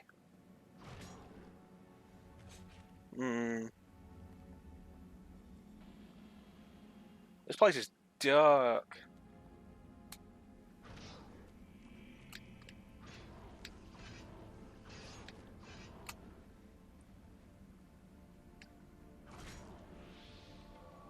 Magical rune, don't know what it does, don't have a clue.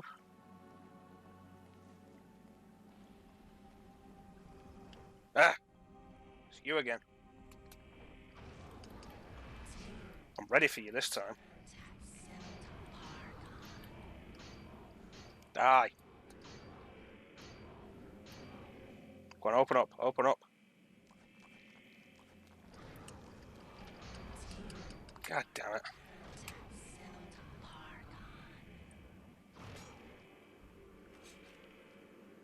Alright, come on, open up again.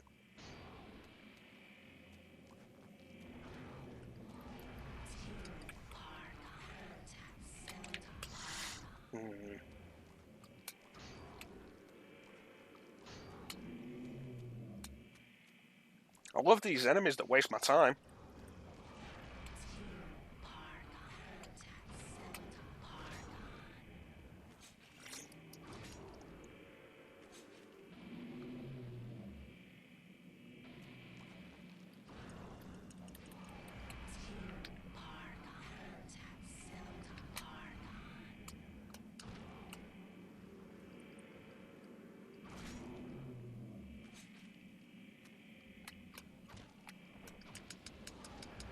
just die?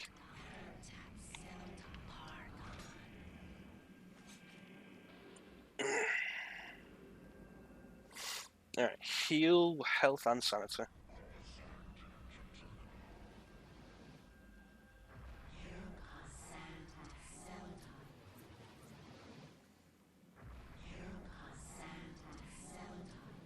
Alright, go ahead again.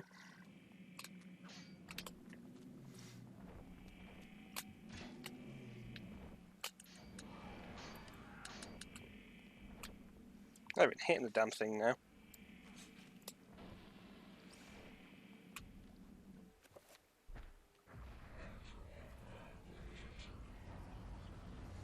Alright, try again.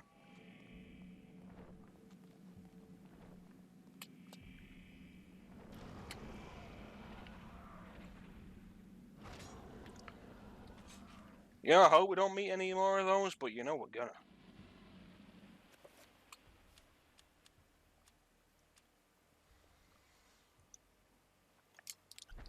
Yeah. I mean, you could just buy one game a year.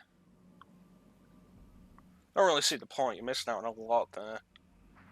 It has to be said, you know, there are some solid indie games you can pick up cheap. Because they don't generally go for as high a price point. Like, honestly, picking up Hollow Knight is totally worth it. I should do a stream on that, actually, just to show it off. That's it. It's not as though it needs more exposure. Plenty of people know about Hollow Knight. God damn it.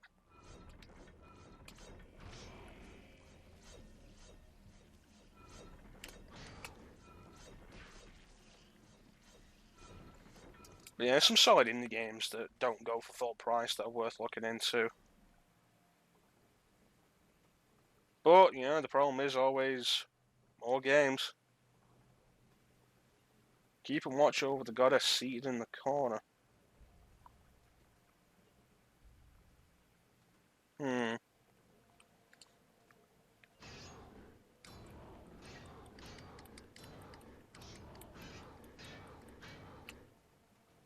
Weird.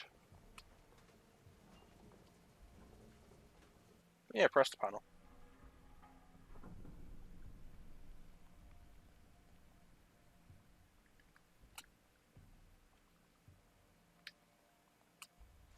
Oh, the hands moved.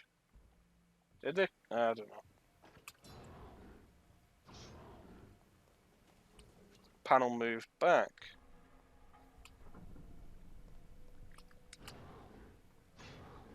Oh, the sword's making the noise. The kukri's making the noise.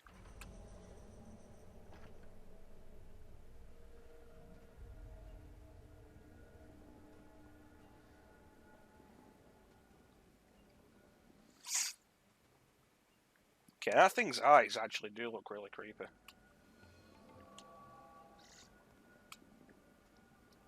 Well, we got the gold bracelet. Let me check the map, because if this is going to lead anywhere, I want to go back to the other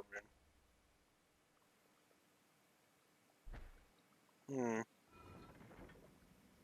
Ah, crap. Ah, crap!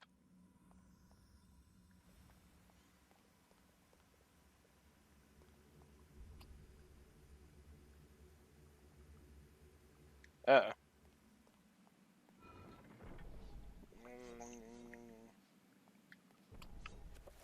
Nope. That one. Not that one. This one.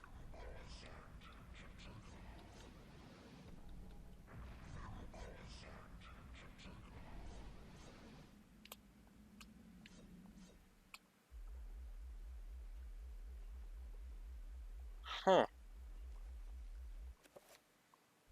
You see this. Dispel magic. Green.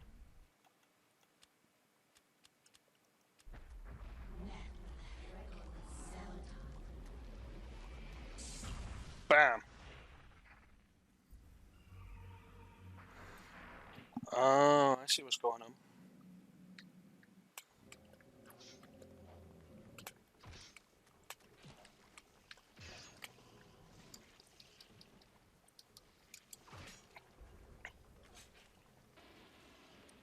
Physical copy going for 200 Gs.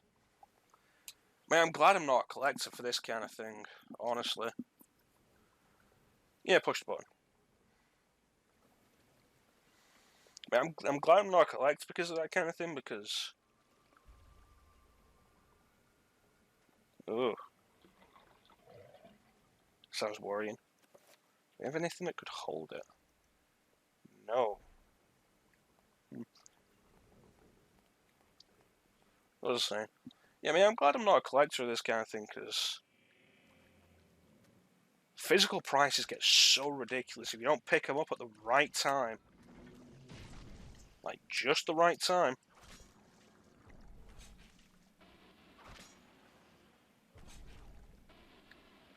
I mean, don't get me wrong, digital prices are higher than they should be. Still don't understand what the reasoning for gold... Don't understand what the reasoning for digitals being more expensive than physical is when you take out the cost of shipping and printing and distribution. The question becomes, why is it that expensive? And oftentimes you can find physical cheaper than digital. Like, the thing I'm happiest with for not being a collector and not really being too bothered is that I can just choose the best price, which I'm glad of. Get down.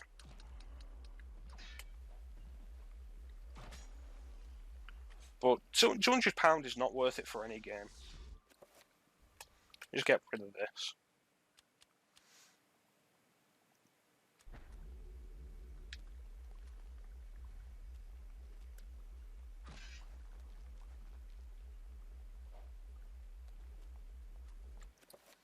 Let's get rid of this.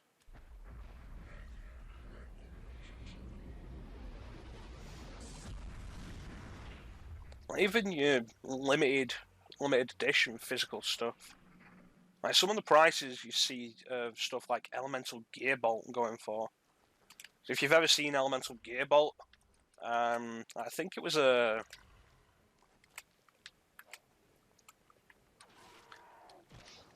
Namco game. It was on PlayStation. It's a light gun game. Pretty cool. And there's the special edition of it, which comes in a big case with a gold gun con. It looks really nice. And it's really expensive.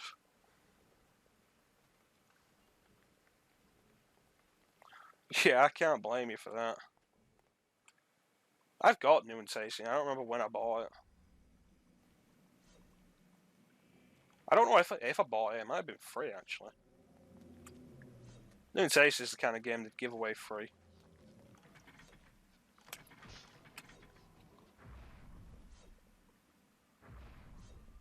Damn it.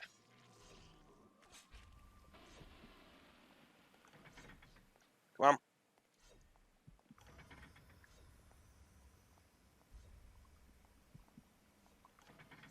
Come on. Damn it. God, when was the last time I saved?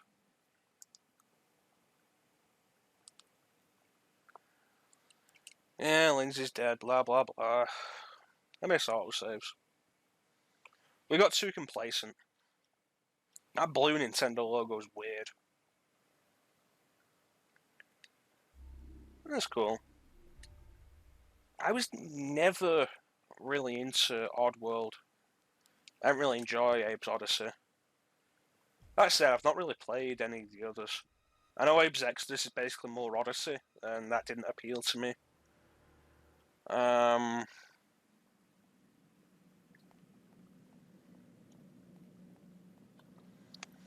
I've not tried Munch's Odyssey. I have Stranger's Wrath on Vita, Stranger's Wrath HD, and I think I played it for like 10 minutes. Wasn't really a proper reason for why I stopped. Yeah, it couldn't have worked in the proper timing, could you? Just another one of those things, I just played it for 5 minutes and just never went back. Not a detriment to the game.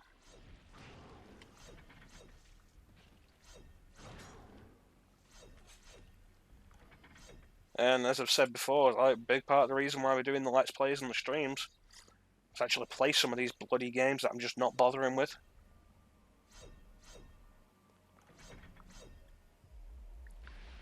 Oh, not you. Also means I want to enchant with Xel'lotath, which I have here.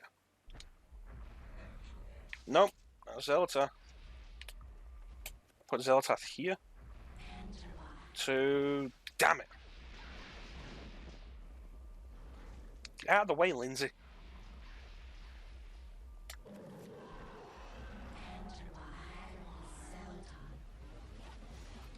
Okay.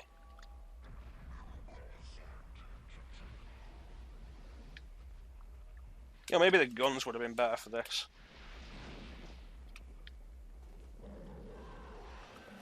You know what? I'm pulling out the gun.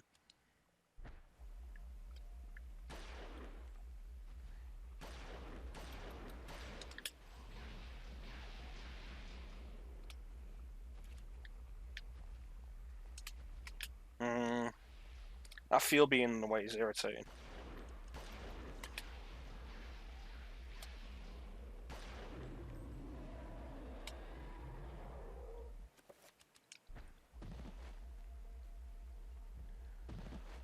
Yeah, maybe I'll actually try New and Tasty one day, though. I mean, it got a positive reputation. That said, Abe's Odyssey got a positive reputation, and I just didn't enjoy it.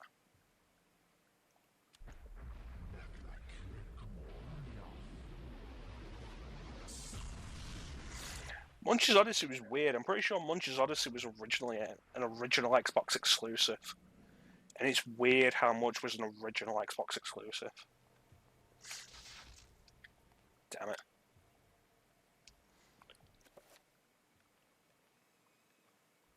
Brush this off. Oh, it's a necklace.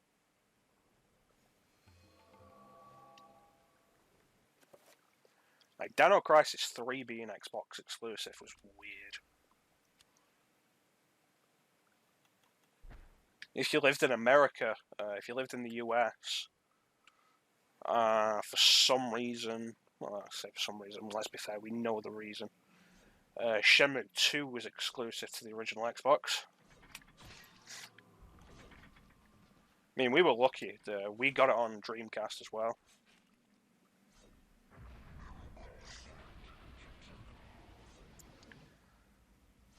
I mean, GBA port of Munch's Odyssey? I feel like I might have seen it, but...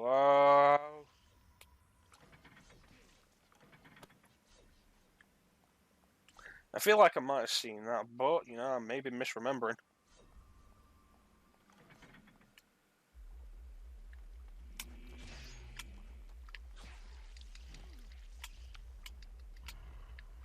Dead.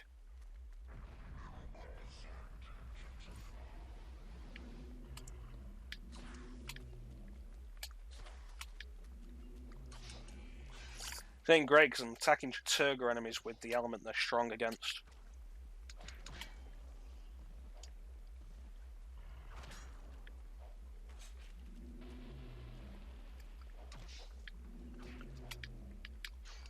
What else was original Xbox? Panzer Dragoon Auto was original Xbox exclusive. That was weird. I actually have that on Xbox One. It's backwards compatible. I need to play it. The main reason I picked it up is because it actually contains... That's green, so I want Chattur'gha. Don't want that, I want Chattur'gha. Panzer Dragoon Auto actually has the original Panzer Dragoon as an unlockable. Which is... It's a really cool thing, and I wish Sega made the other two games more easily accessible like that. It's like, you know, maybe I want to play Panzer Dragoon Saga.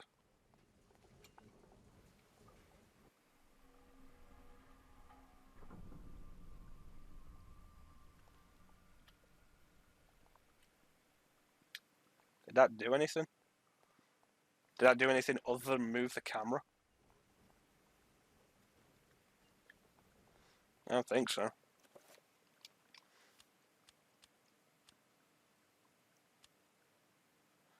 You know, Max Payne had a great Game Boy Advance version. That's weird. It's also weird how good that version is. Not the right one.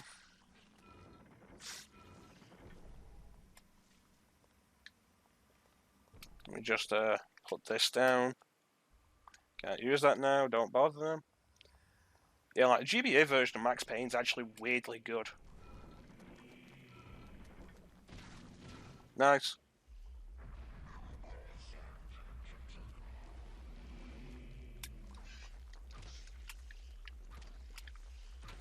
Like, if you're into weird versions of stuff, like Max Payne on Game Boy Advance is really neat.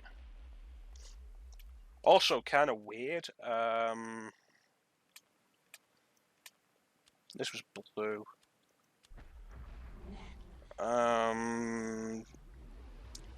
Simpsons Road Rage on Game Boy Advance is actually pretty cool. I've heard good things about Burning Rangers, but I only really know it personally from what is it? Sonic and Sega All Stars Racing Transformed, which is a really solid game actually.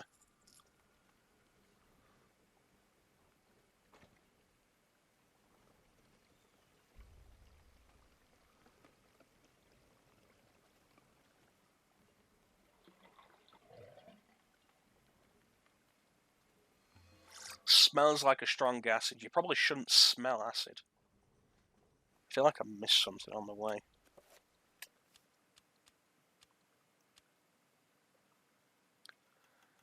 Yeah, Sonic All Stars Racing Transform was a really solid game. Gah. It's part of the reason why I'm really disappointed that Sega decided to make the next racing game just Sonic. Because there's just less creativity in that. Less room for anything. Because Sega's never going to compete with Mario Kart with just Sonic. But with Sonic and All Stars, you've got so much more room for variety. Ah, crap. Alright, I know I picked up a bracelet somewhere last time.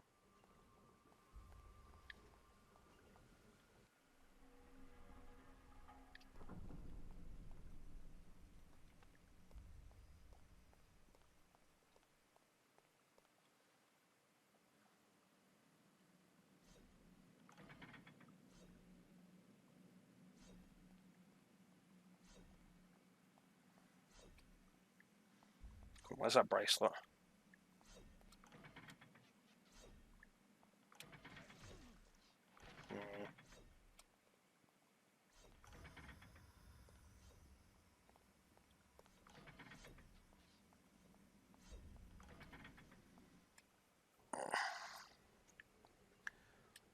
You know, GTA Advance is another one of those games I only played for like 10 minutes. I was never really big. I was never really big on the over-the-head view for Grand Theft Auto. That said, I spent quite a bit of time on Chinatown Wars, though. Which had the overhead view. Quite like that. Spent more time on Chinatown Wars than I did on either of the Stories games.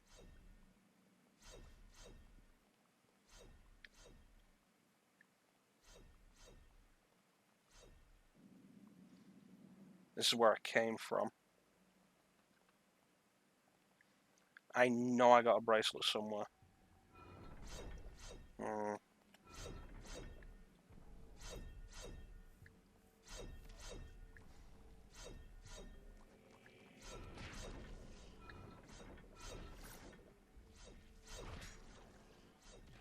I knew that weren't going to work out well.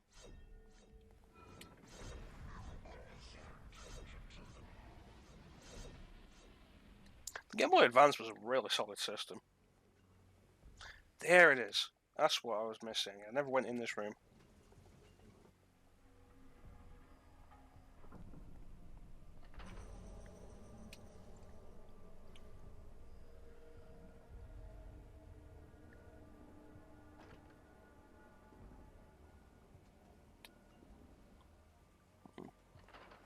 I have considered picking up a Saturn for some of the interesting stuff. The issue is, like, a lot of its best stuff is Japan exclusive. And I'm not committed enough to anything like that I'm going to play a bunch of games that I don't understand.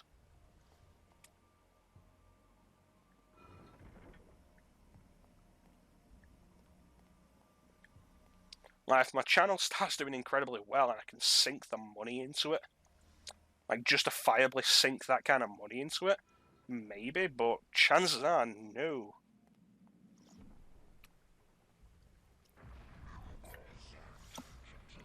And as it is, I got plenty of games in English that I haven't played yet.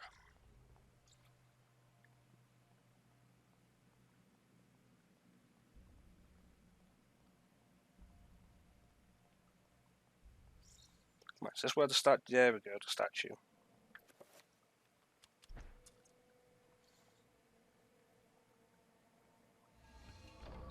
Secret passage. Save the game. Darkness is coming, it's not safe. Okay, darkness is definitely here.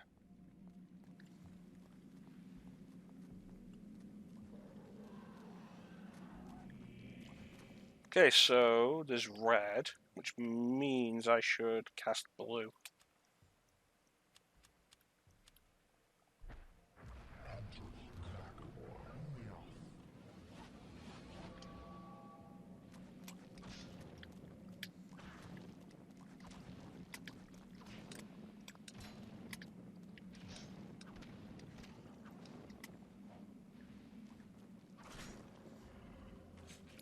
So it's an interesting relationship the ancients have to justify why they're all weak to each other.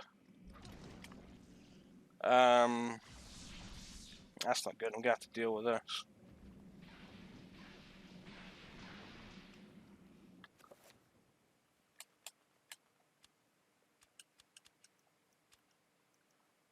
I'm gonna enchant my gun. Let's see. Chattur'gha is brawn, represented by health.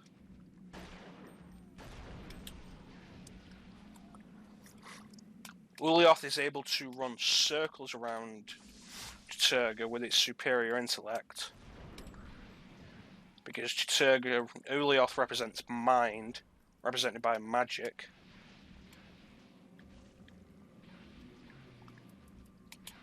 I said reload.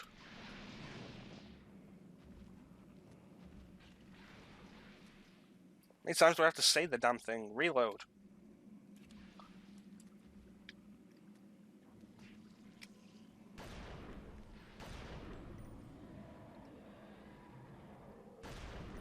Well, I shouldn't finish him like that.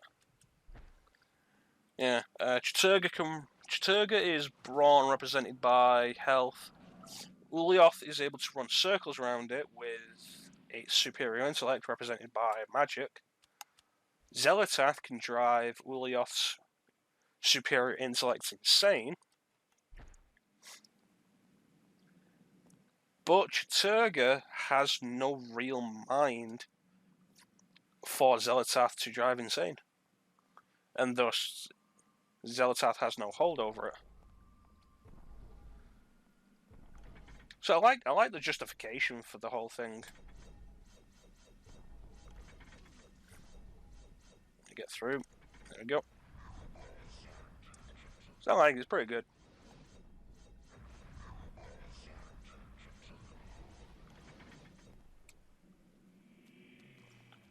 I don't even know how deep we've gone now.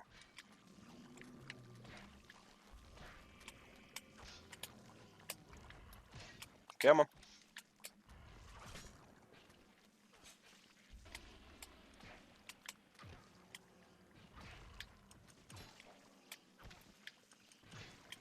Kill them all.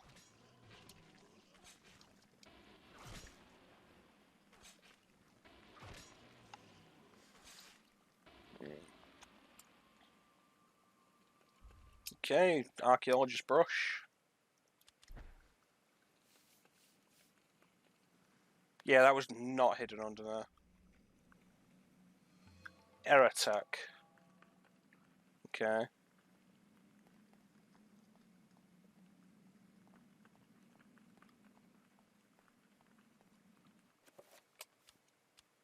Damn, this is coming.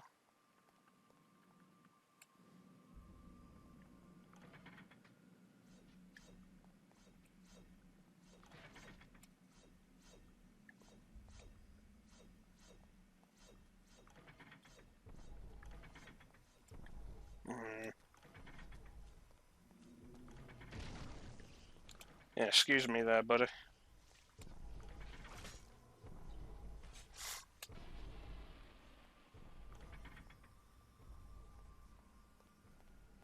Come on, come on.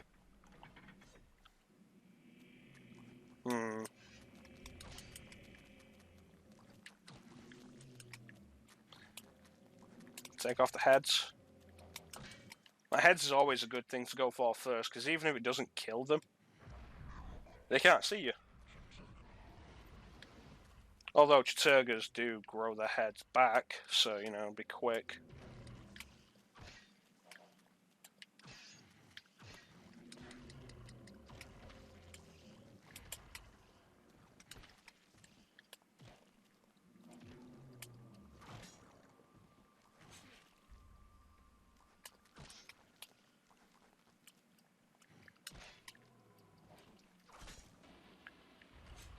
Okay, come on. Get him.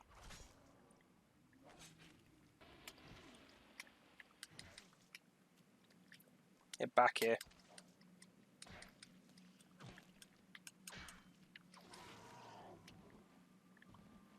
Ugh.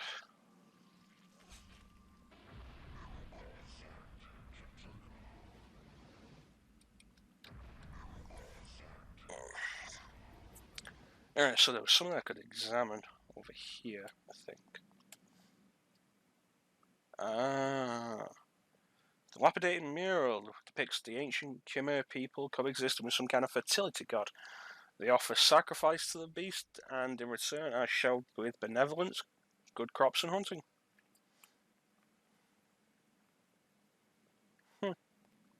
Horrifying.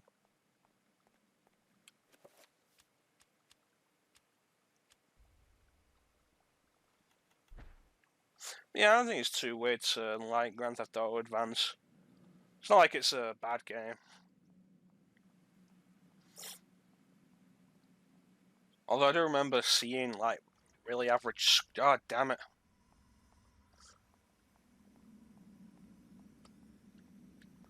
There's a hole there. What's this? It's just a torch. I remember seeing like pretty average reviews for it back in the day. That's kind of it.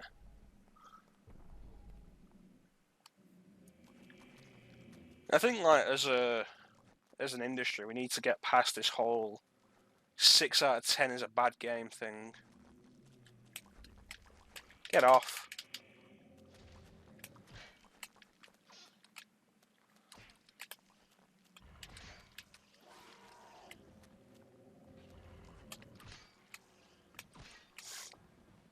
That's why if I was doing game reviews, I wouldn't do them based off a numerical score, because what does it really mean?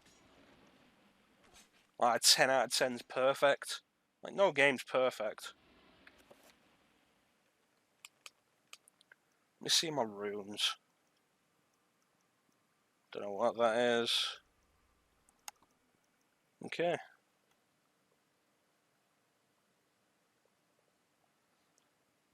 Isn't Liberty City Stories set before Grand Theft Auto 3? Or am I just thinking of Vice City Stories? Because I know Vice City Stories is set before Vice City.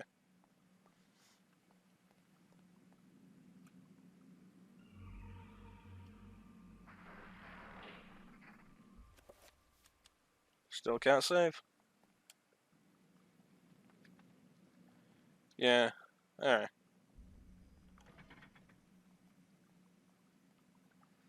I mean, I suppose with how much happens during the main games, making a prequel set in the same city is better than making a sequel. Because you're going to have to reference something there. You can make the prequel story not as big.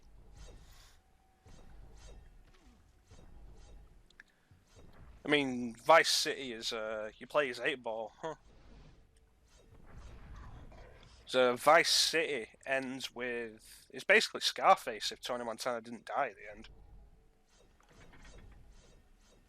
But then again, the Scarface game was Scarface if Tony Montana didn't die at the end. There we go, I should tell me what I've got. Summon Trapper, I'll need that, that's what I was after. Right.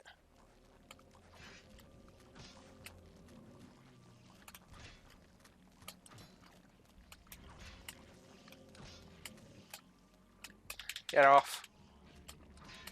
Are they going to explode?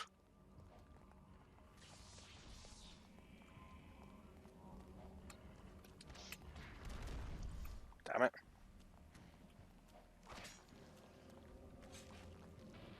I've heard Scarface is actually a really solid game.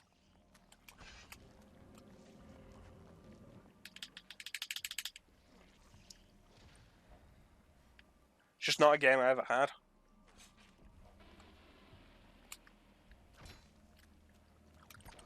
I can't even see most of these guys.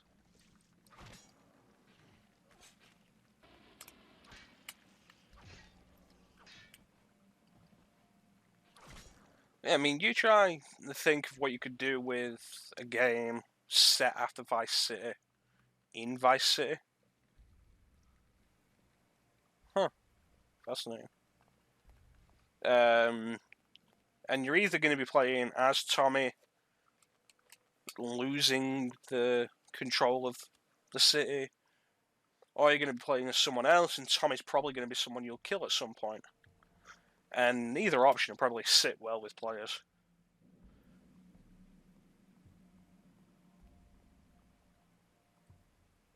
Yeah, you know what? I want to go back and actually do that Trapper thing, since I got the Summon Trapper. It's like in Prototype, when Prototype 2 had the main character of the first game be the main villain. And honestly, it was really bad. Not the game, I mean the story was bad.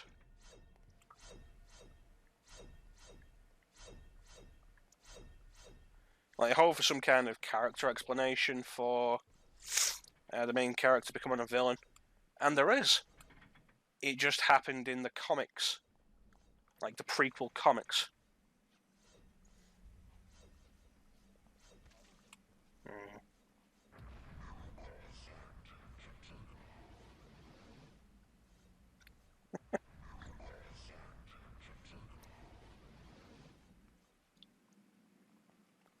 You know, as I've gotten older, I've kind of been turned off to needless vulgarity like that. But, you know, sometimes it's just perfectly timed and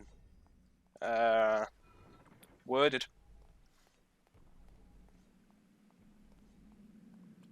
So I've gotten to the point where I kind of just look down on excessive swearing in media.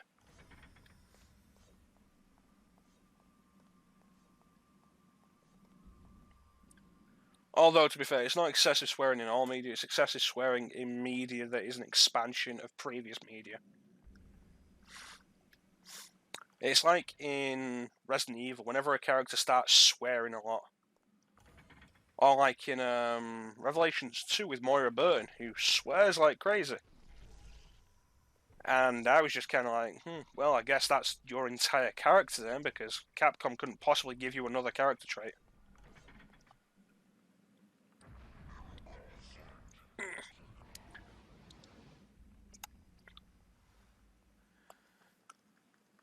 But like I say, no, stuff like that, perfectly worded, perfectly timed, that could be great.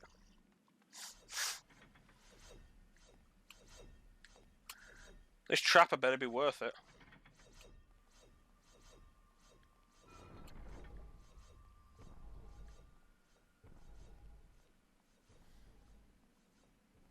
I actually watched Justice League versus the Fatal 5 recently, which I think is still like the newest DC animated movie. And it's like, oh cool, it looks like they've done the animation style of the old DC animated universe, which is really cool because I love it. And they've got George Newbern back as Superman, Kevin Conroy back as Batman. No, that doesn't mean so much because Kevin Conroy comes back as Batman every other week. And Susan Eisenberg back as Wonder Woman. It's like, oh, it's like the old times again. This way, I think, was the fastest.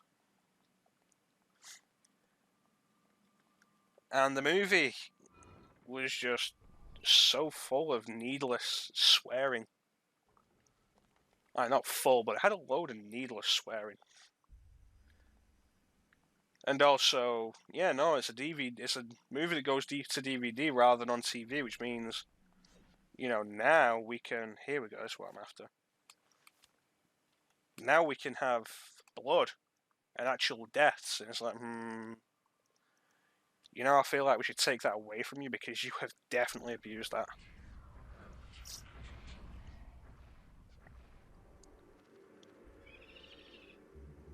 I suppose that is trap an enemy with A when it's targeted. Start to release control. Yeah, alright.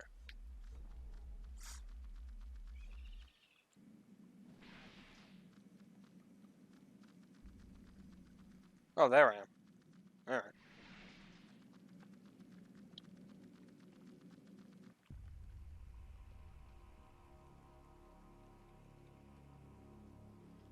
Well, what did that do? Oh. Is that the Mantarok rune?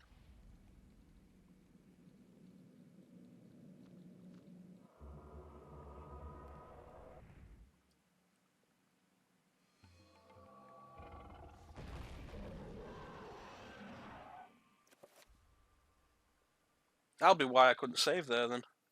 Yeah, I think it's less a problem with swearing and excessive violence and blood and gore and stuff. More just the use of that in media that I previously enjoyed that used to do better. That is the Mantarok rune. Nice. That is definitely worth going out my way for.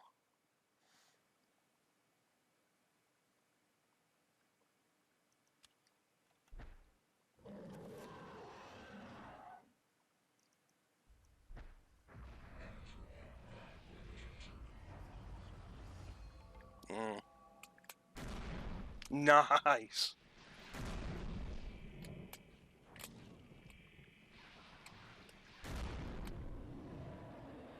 I like the shotgun.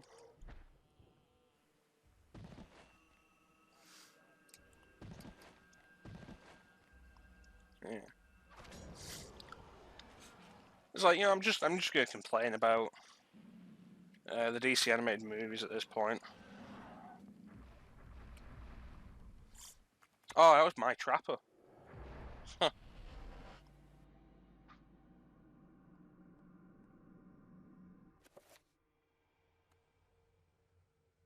Alright, let's go for the Sanity, actually.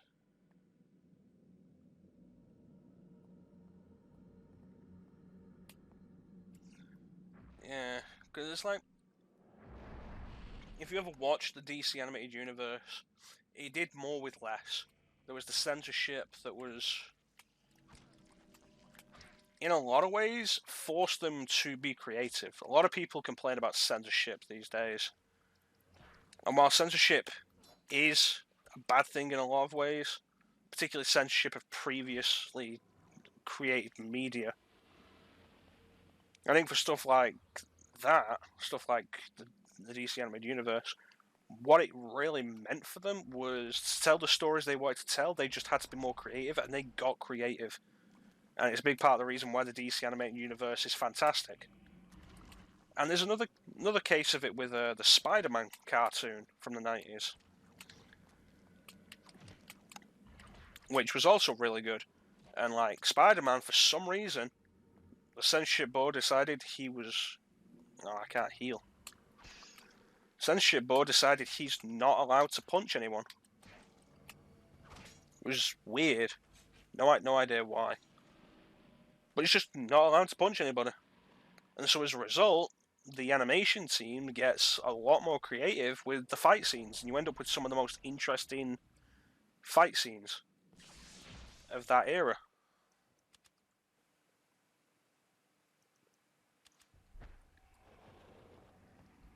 Get out.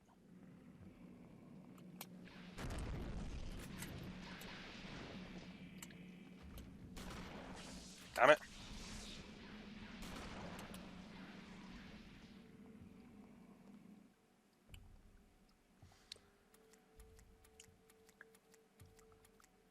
And in particular, I feel like with these new DC movies, since they're going straight to DVD and they've already proven that they'll sell when they've got these more adult-oriented ratings. I think more than anything, it just proves that they're not really. They don't have to try as hard. Because you can hit the lowest common denominator with it. You don't have to do anywhere near as much with it. It's like if you watch the DC animated universe back in the day, and there's stuff like the Joker's Joker Toxin, Manta Rock, which reminds me, I want to put that on actually.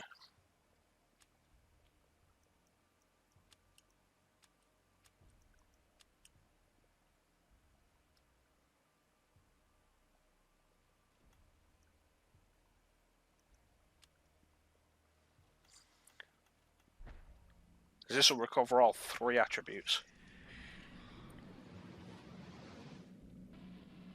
Or 2, I guess. So like the Joker Toxin in the DC animated universe was fantastic. Because it was horrifying.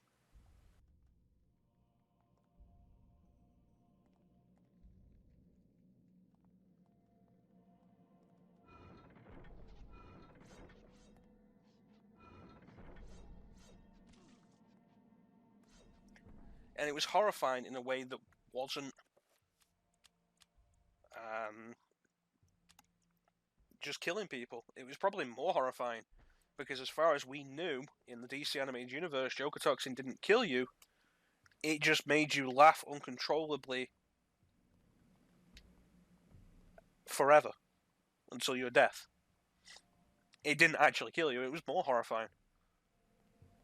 And the craziest bit is in Mask of the Phantasm, the first DC animated universe movie, based on the animated series, which is a fantastic movie, it really is. Where they do take advantage of not being on TV anymore and being able to do more stuff. So there are people who die, there is blood, it's all really well done, and one guy does straight up get infected with the Joker Toxin and is laughing uncontrollably. And the last we see of him in the movie, because Batman follows up with the guy, and the last we see of him in the movie, he's still laughing uncontrollably. And it's horrifying. And that's what you can do when you do more with less, as opposed to less with more.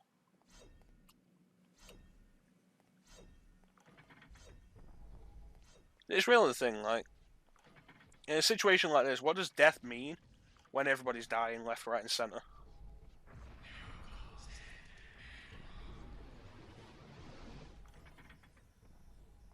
So if everybody can die, then it means nothing. And if you're going to use death as a cheap thing to try and raise the stakes, yeah, what's the point? Why should I care? Is this the area we didn't go to because I turned around?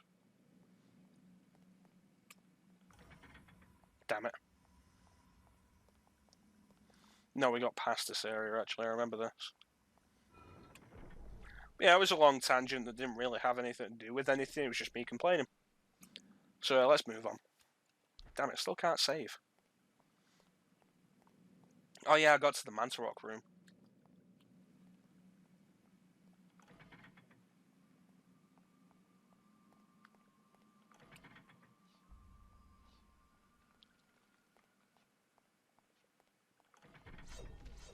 Damn it.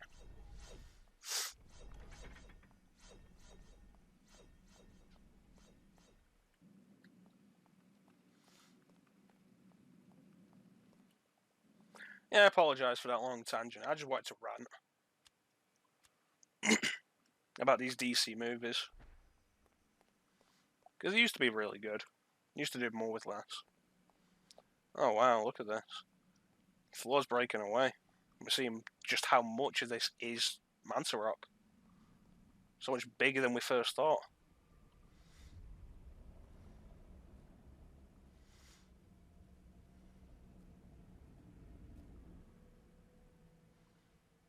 And in the room beyond. Is not easily controlled. Oh, what do you want, Pius? You think I want to control it? Arrogant man. Kill him. Make sure you succeed this time.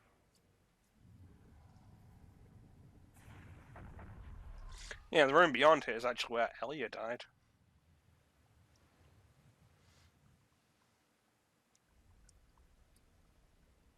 The darkness shall prevail. Really scary running away like that, Pius.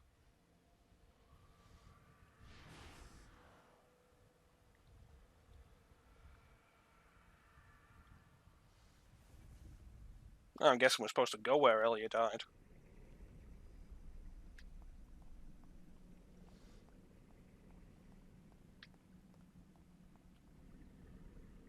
The corpse god Mantarok defies all human description. Massive, amorphous perhaps, but these words only capture the gross nature of the beast, not the specifics. Its form, seemingly without design or true function, stirs as Lindsay nears, awakened by his presence. With every breath, the creature's many mouths sigh and cough, sputtering in its torturous death throes. And this is like 800 years after its death began. But then what is 800 years to an eternal? But a blink of an eye.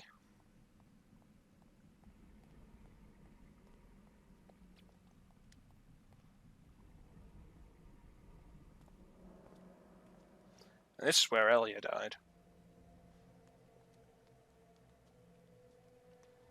And that's Elia. Do not touch the heart, flesh and bone, lest you become like me, a dead, rotted husk. I have waited many centuries for you. It was not easy hiding from the Dark Ones as they searched for me. At first they passed by, not thinking that the heart was inside my dead body. But I was forced to find refuge here. You must seal the heart so it never contacts your flesh, and take it to the gathering of light. Take the heart there, or the world shall fall under a reign of eternal darkness. The veil of reality can only be pulled back so far, mortal. Take your stand and fight the darkness. Okay.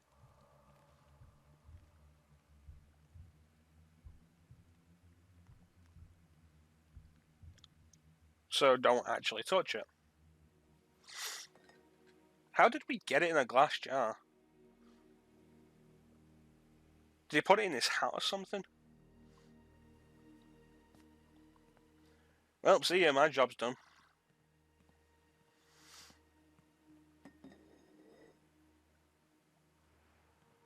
Let's put it behind this book. The Demon and the Chimere. Classy.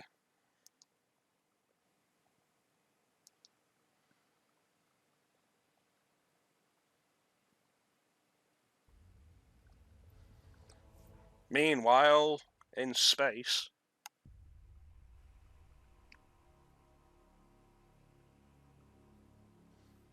Well, I guess I know what I need to go and do now. Save it. Yeah, let's go and get that before I forget where it is.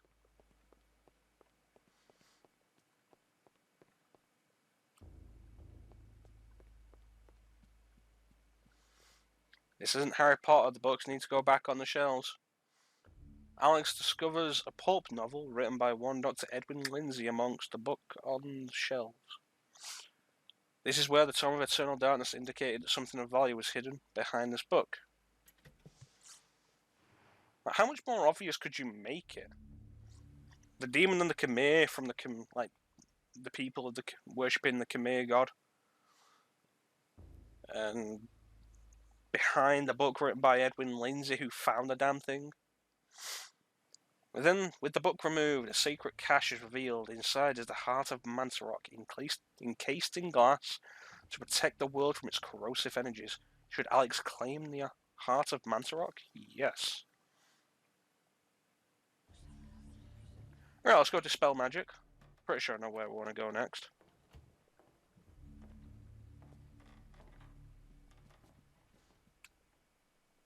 Nope, still can't leave.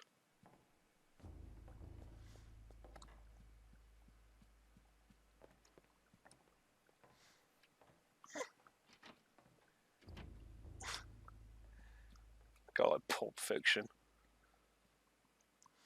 See, you could do the badumch thing, but I feel it would fit better if you just did the opening to Pulp Fiction. Alright, calm it there, monster voice. See, dispel magic with Chattur'gha.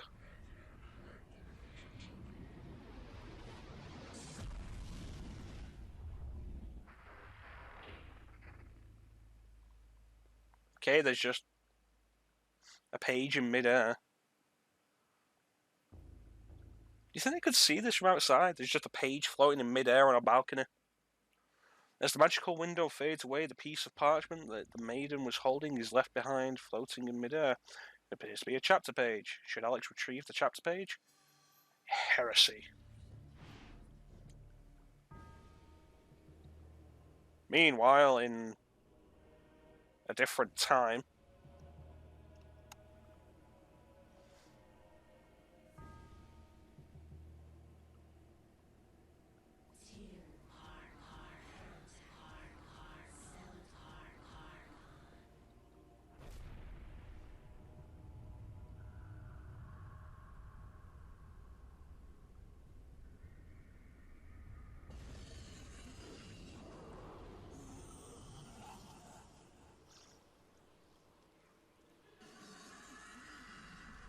okay, that's big. Alright, it's the monks from the Anthony's chapter. I am not your food today. I am your master. Your task is to guard the artifact before you. Let no one. Oh, Chattur'gha's artifact.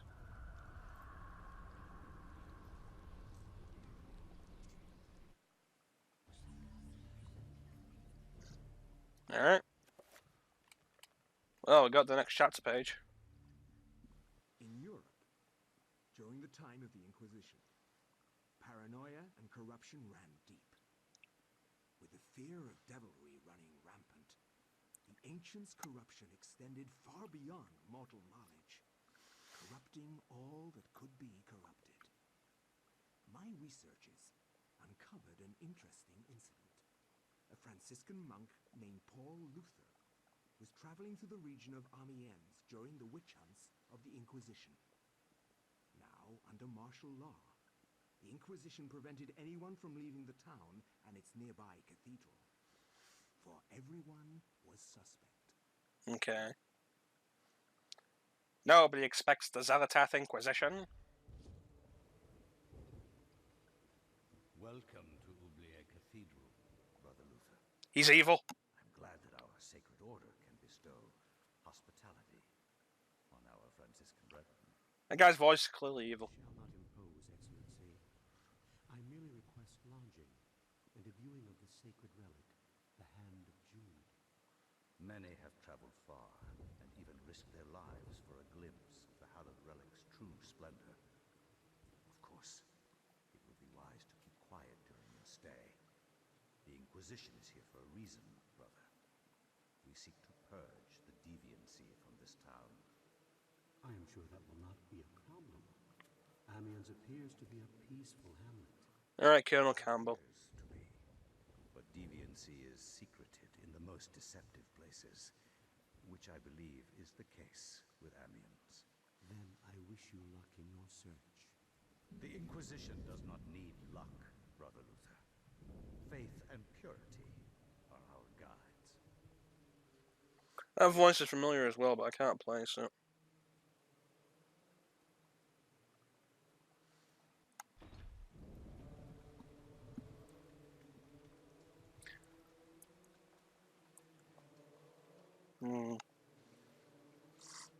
I think we're going to call it here. What's that for? Regain sanity, alright. I think we're going to call it for Eternal Darkness here.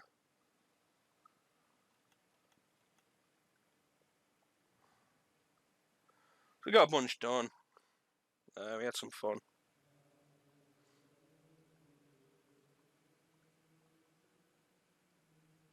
Did we have fun? Subjective, I suppose. But we got a bunch done. We got through some more chapters. What did we do? We did Kareem. We did.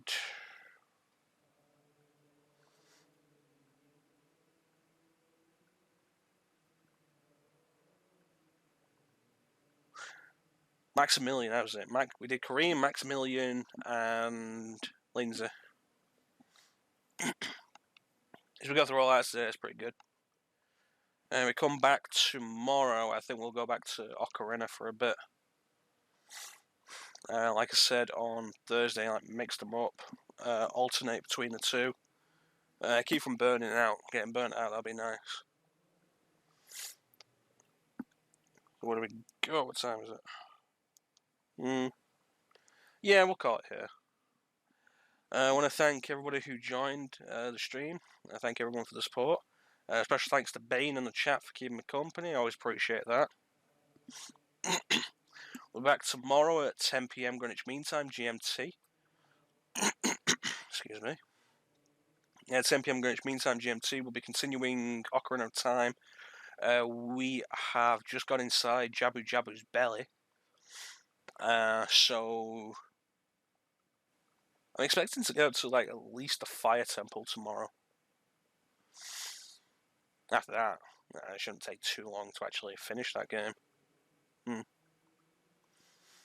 If you want more details when we're going live, what's going on with myself or the stream or the channel, follow me on Twitter at GreenChrono.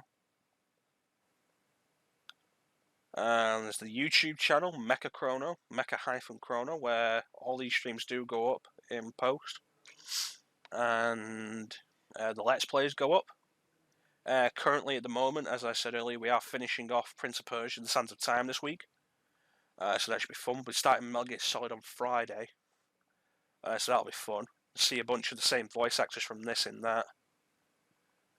And Sparrow the Dragon is also going up this week. So that should be fun. Hopefully you enjoy some of those. Once again, thank you to everybody for joining me. Again, special thanks to Bane. I always appreciate your company, man. And I will catch you all next time. See you tomorrow.